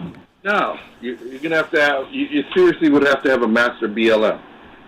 Seriously. I'm not being an asshole about it. No. That's his point. You can't remake that movie. Like that's a movie I grew up watching. Should never be remade. No. Just plain and simple. No Bruce Lee movie should ever be remade, rebooted, revamped. It's not a Bruce Lee movie. It's a blaxploitation, 80s blaxploitation. It had I don't even know the fucked up shit about it is that you really don't remember the name of the actor except for instance protege. Apparently, I'm out of it. Yeah, that's the only movie he was in. All right. Today I was joking with Sarah. Today, Ray Fisher. Who knows Ray Fisher? Raise your hands. Raise your hands. I've seen more people who they said. Hold on. When they said Snyder Cut was coming back, the first actor was like, "Yeah, I'll come back to do the reshoot." Oh shit! Yeah. Ray Fisher was the first one. You know why? Because nobody knows who the fuck Ray Fisher is. Yeah. No. It's funny. It's not funny because Ray Fisher has not been not in that many movies. Blah blah blah. No. So who is Ray Fisher? Cyborg. Oh. Damn. Yeah. See? So he was the first actor. He was the first actor who was like, "Yeah, I'll be back to do the reshoots," because he's not doing anything. No. Gallagher's not. Ben Affleck is. Yeah, but they have movies lined up, even though not in the DC universe. They have movies lined up. Even Jason Momoa. They have movies lined up. Yeah. Ray Fisher don't. Ezra Miller? Nothing anymore. No, yeah, fuck him. I kind of feel bad for Ray Fisher because he's a good actor. Yeah, he was. I love him in Cyborg. What about remakes that? What remakes were better than the original? Oh shit! Oh shit! That's a whole nother story. That could be a whole Blade Runner. Thundercats. Blade Runner was kind of a continuation of the first one. I don't know. It's like a sequel, kind of. How about Jumanji? Yo, those were better than the original. Same thing. I mean, no, it's pretty. Are we talking remakes or are we talking sequels? Remake. All right, so remake is re-envision, not a sequel. Because if you break them off, if you look at the Jumanjis that are now, if you didn't know about the first Jumanji, they're like its own separate entity. Yeah, it's a re-envision. Yeah. Right. Not a sequel. I hate the Sony film division. I have to give it to them. Is they stepped it up to adjust to, like, all right, we're past board games. We're going to video games. Yeah. Mm-hmm. That was smart on them. Yeah. Yeah. No, it's not going to lie. It was very smart. And so, like I said, it's like they took it and instead of continuing, they bridged off so that Jumanji stays how it is. Mm-hmm. But this gives you the same. And the latest, the kid, he was like 1997 or something like that. I did homework. I got prepared. Oh shit! Go on, Jay. When you're done, I'm going to read this list. We probably should have just done this and not news. No. Yeah. No, Jay, go on. I'm going to read her list. Oh no, it's just like they was picking up kind of after the '95 Jumanji, and the guys find the game, blah blah blah. Like, who plays board games? And they transform to so it transformed to a teenager playing the game. I have 3 teenagers that play board games. I know. Yeah, but that's us. We're different. We're different. We're different. Who are the ones that are going to be most likely to fall into this epic adventure? But I get that, but the movie studios, as assholes, think that's not the case. They had to modernize it. They had to bring it in to be relevant. No, actually, okay. The thing about Hollywood is they don't know how to write kids. Okay, so look at every movie with kids in it. All right, the most recent movie I watched with kids that was most accurate was Jack. Watch Jack with Robin Williams. That displays kids perfectly in that time. So, okay. All right. So, I know, like, because I want to go back to this Jumanji game. Because people are like, well, why did they turn from board games to video games? Oh, if you think about it, it's actually a very smart reason for it. Because the whole point of Jumanji is it wants to suck somebody in. Mm-hmm. If you're a self-aware game, you don't really want somebody to beat you. What person would you bring in to play you but people who don't normally play games? So that's why you only had the one guy who knew about video games. With Jumanji, with the board game, it was the kids, and from the get-go, they're like, what the hell is this? They never seen a board game in their entire life. Yeah. So it made sense that they got sucked in. Well, not sucked in, but everything came out. So now, with the video games, they all get sucked in, and only one of them really knows how to survive. Because he realizes it's a video game. None of the others know, so they're all kind of struggling, and they've got that learning curve that the game thinks, haha, I have them. They're not going to figure this out. It's a bunch of kids, so it made sense that it wouldn't want to appeal to people who would relish in an adventure. It would want somebody who has no idea how to survive. Yeah. Because has no idea how games work. Because in the movie it shows like the kid who gets sucked in. It was like the mid-90s. He's a teenager in the mid-90s. Right. He's like, who plays board games now? Yeah, exactly. So he's like, you get exactly. So it's again, you've got that. When they remake it in 20 years, it's going to be a VR. Yeah.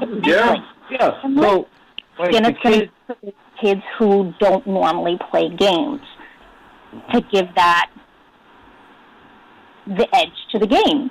So in the movie, it comes out like an old Sega game. Like, all right. The thing is, this is all right. They look at like kids in that era. They're like, oh, this is vintage. Let's try it out. They play it, sucks them in, because it was kind of playing off of their ignorance. It's playing up their curiosity, because they're so used to seeing PlayStation, Xbox. They see this old-fashioned game, like, hey, let me try this out. Even with the original Jumanji, the first kid that gets sucked in is a kid who doesn't normally play games. He works. He doesn't do a lot of fun stuff. He wants to, but he just doesn't have a lot of friends to do stuff with. And then the game comes, and he's like, oh, let's see what this is all about. It's so funny that we're talking about this today, because I was at work today, and one of my pharmacists, he's 4 years older than I am, and he was like, I was just sitting in the break room eating, and he was like, hey, are you watching the Food Network? I said, no, I ain't watching this shit. I'm just watching my phone. He was like, yeah, it's fucking movies on. It's prime time. It's like, I said, yeah, like back when we was growing up, like afternoon movies. Yeah, okay. So he put on USA. Guess what movie was on? Jurassic Park. He's like, Jay, do you remember this movie? I said, yeah, I was a kid watching this movie. He said, did it scare you? I said, no. He's like, back then, this movie scared the shit out of me. I was like, oh. He said, what movie scared you as a kid? I said, Dawn of the Dead. He's like, why? He's because I grew up in a religious family. Seeing people coming back to life, eating people, scared me, because they talk about revelations, people come back from the dead. That scared me. Jurassic Park didn't scare me. So we watching movies, just going back and forth, talking about our childhood, like just growing up, like all these movies, the 90s, watching Sandlot. Yeah. Hey, like we just going back, just talk about these movies, like our childhood that groomed us, you know. And it's funny that we're talking about, like tonight we talk about the same things, you know. I get you, Jay. Mm-hmm. All right. No. So we are running. Holy shit, we are running late. Wow! It's been a good show when we go this late and we don't even notice. Yeah. Quickly. We're like, I think, 3 hours. Yeah. Our guest tonight, Jen, had for originals, Ghostbusters, Piranha, Ocean's 11. Holy shit.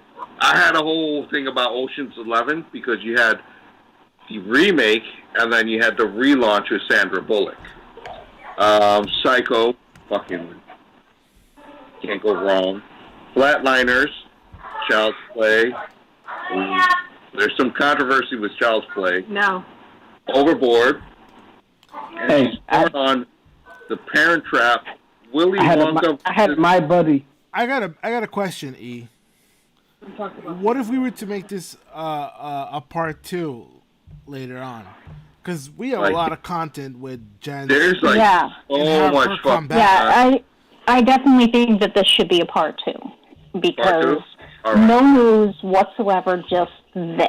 Because so I'm stopping this right there. Yeah. Handing the phone. Yeah, because this is, I mean, to be completely honest, this could be a whole month-long series. Yeah, part 2, 3, 4. So much.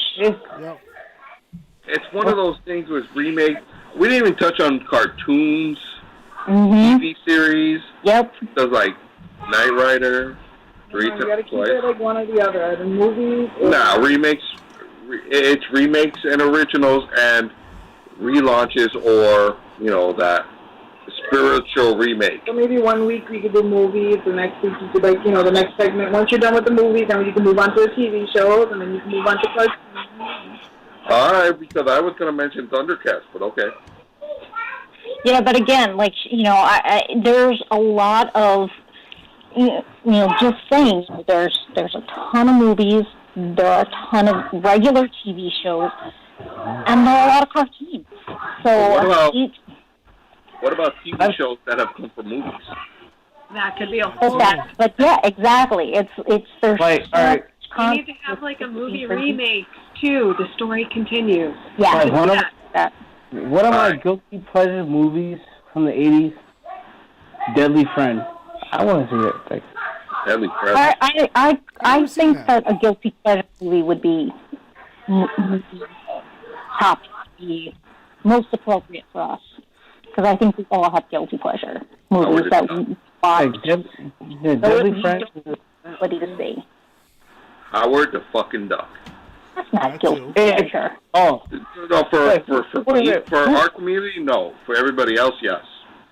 Sure. Who don't know Deadly Friend? I don't know that one. Hold on. If I say the basketball scene when he kills the old lady with the basketball. Oh, okay, yeah. Bam! Right in the apartment. Yep. And she's like this. yeah, I don't know. That's Deadly Friend. Yep. Never seen that. Student bodies in the phone scene. Huh? Student bodies in the phone scene. I never saw Student Bodies. That's another one you should check out, Jay. You'll find some humor in it. Okay. Student Bodies? Student Bodies, horrible movie. And the phone scenes within the first 5 minutes. So. Oh, man. This gives us another topic. Yeah, and if any of you are in the show notes... all the bad 80s movies, because I grew up watching a lot. There you go. B-rated movies. Hell yeah. I grew up watching a lot of B-rated 80s movies. Mausoleum.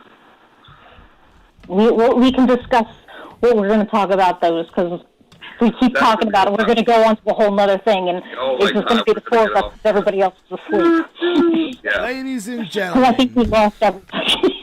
thank you so much for being with us. Yeah, right. If you're still with us, thanks for hanging. Thank you, Jen, for coming through. Yeah, And we'd thank love to you. have you Definitely, back you need for- to come back for a second round of this. Yeah. From all of us to all of you, Well, Thank you. drink up. Drink Drink up, up. bitches. It's so late. Sean is drinking water. Sean's always drinking water because I'm out of coffee. You got a coffee? I'm drinking Diet Ginger Ale. Yeah, I finished a pot of coffee and I haven't had time to make another one. You guys have Shauna, a good every night. time we were at the store today, every time I see a Oh, wait. Good night, everybody. Oh, good night. I'm sorry. Good night, long. Love you. Good night, I'm Ricky.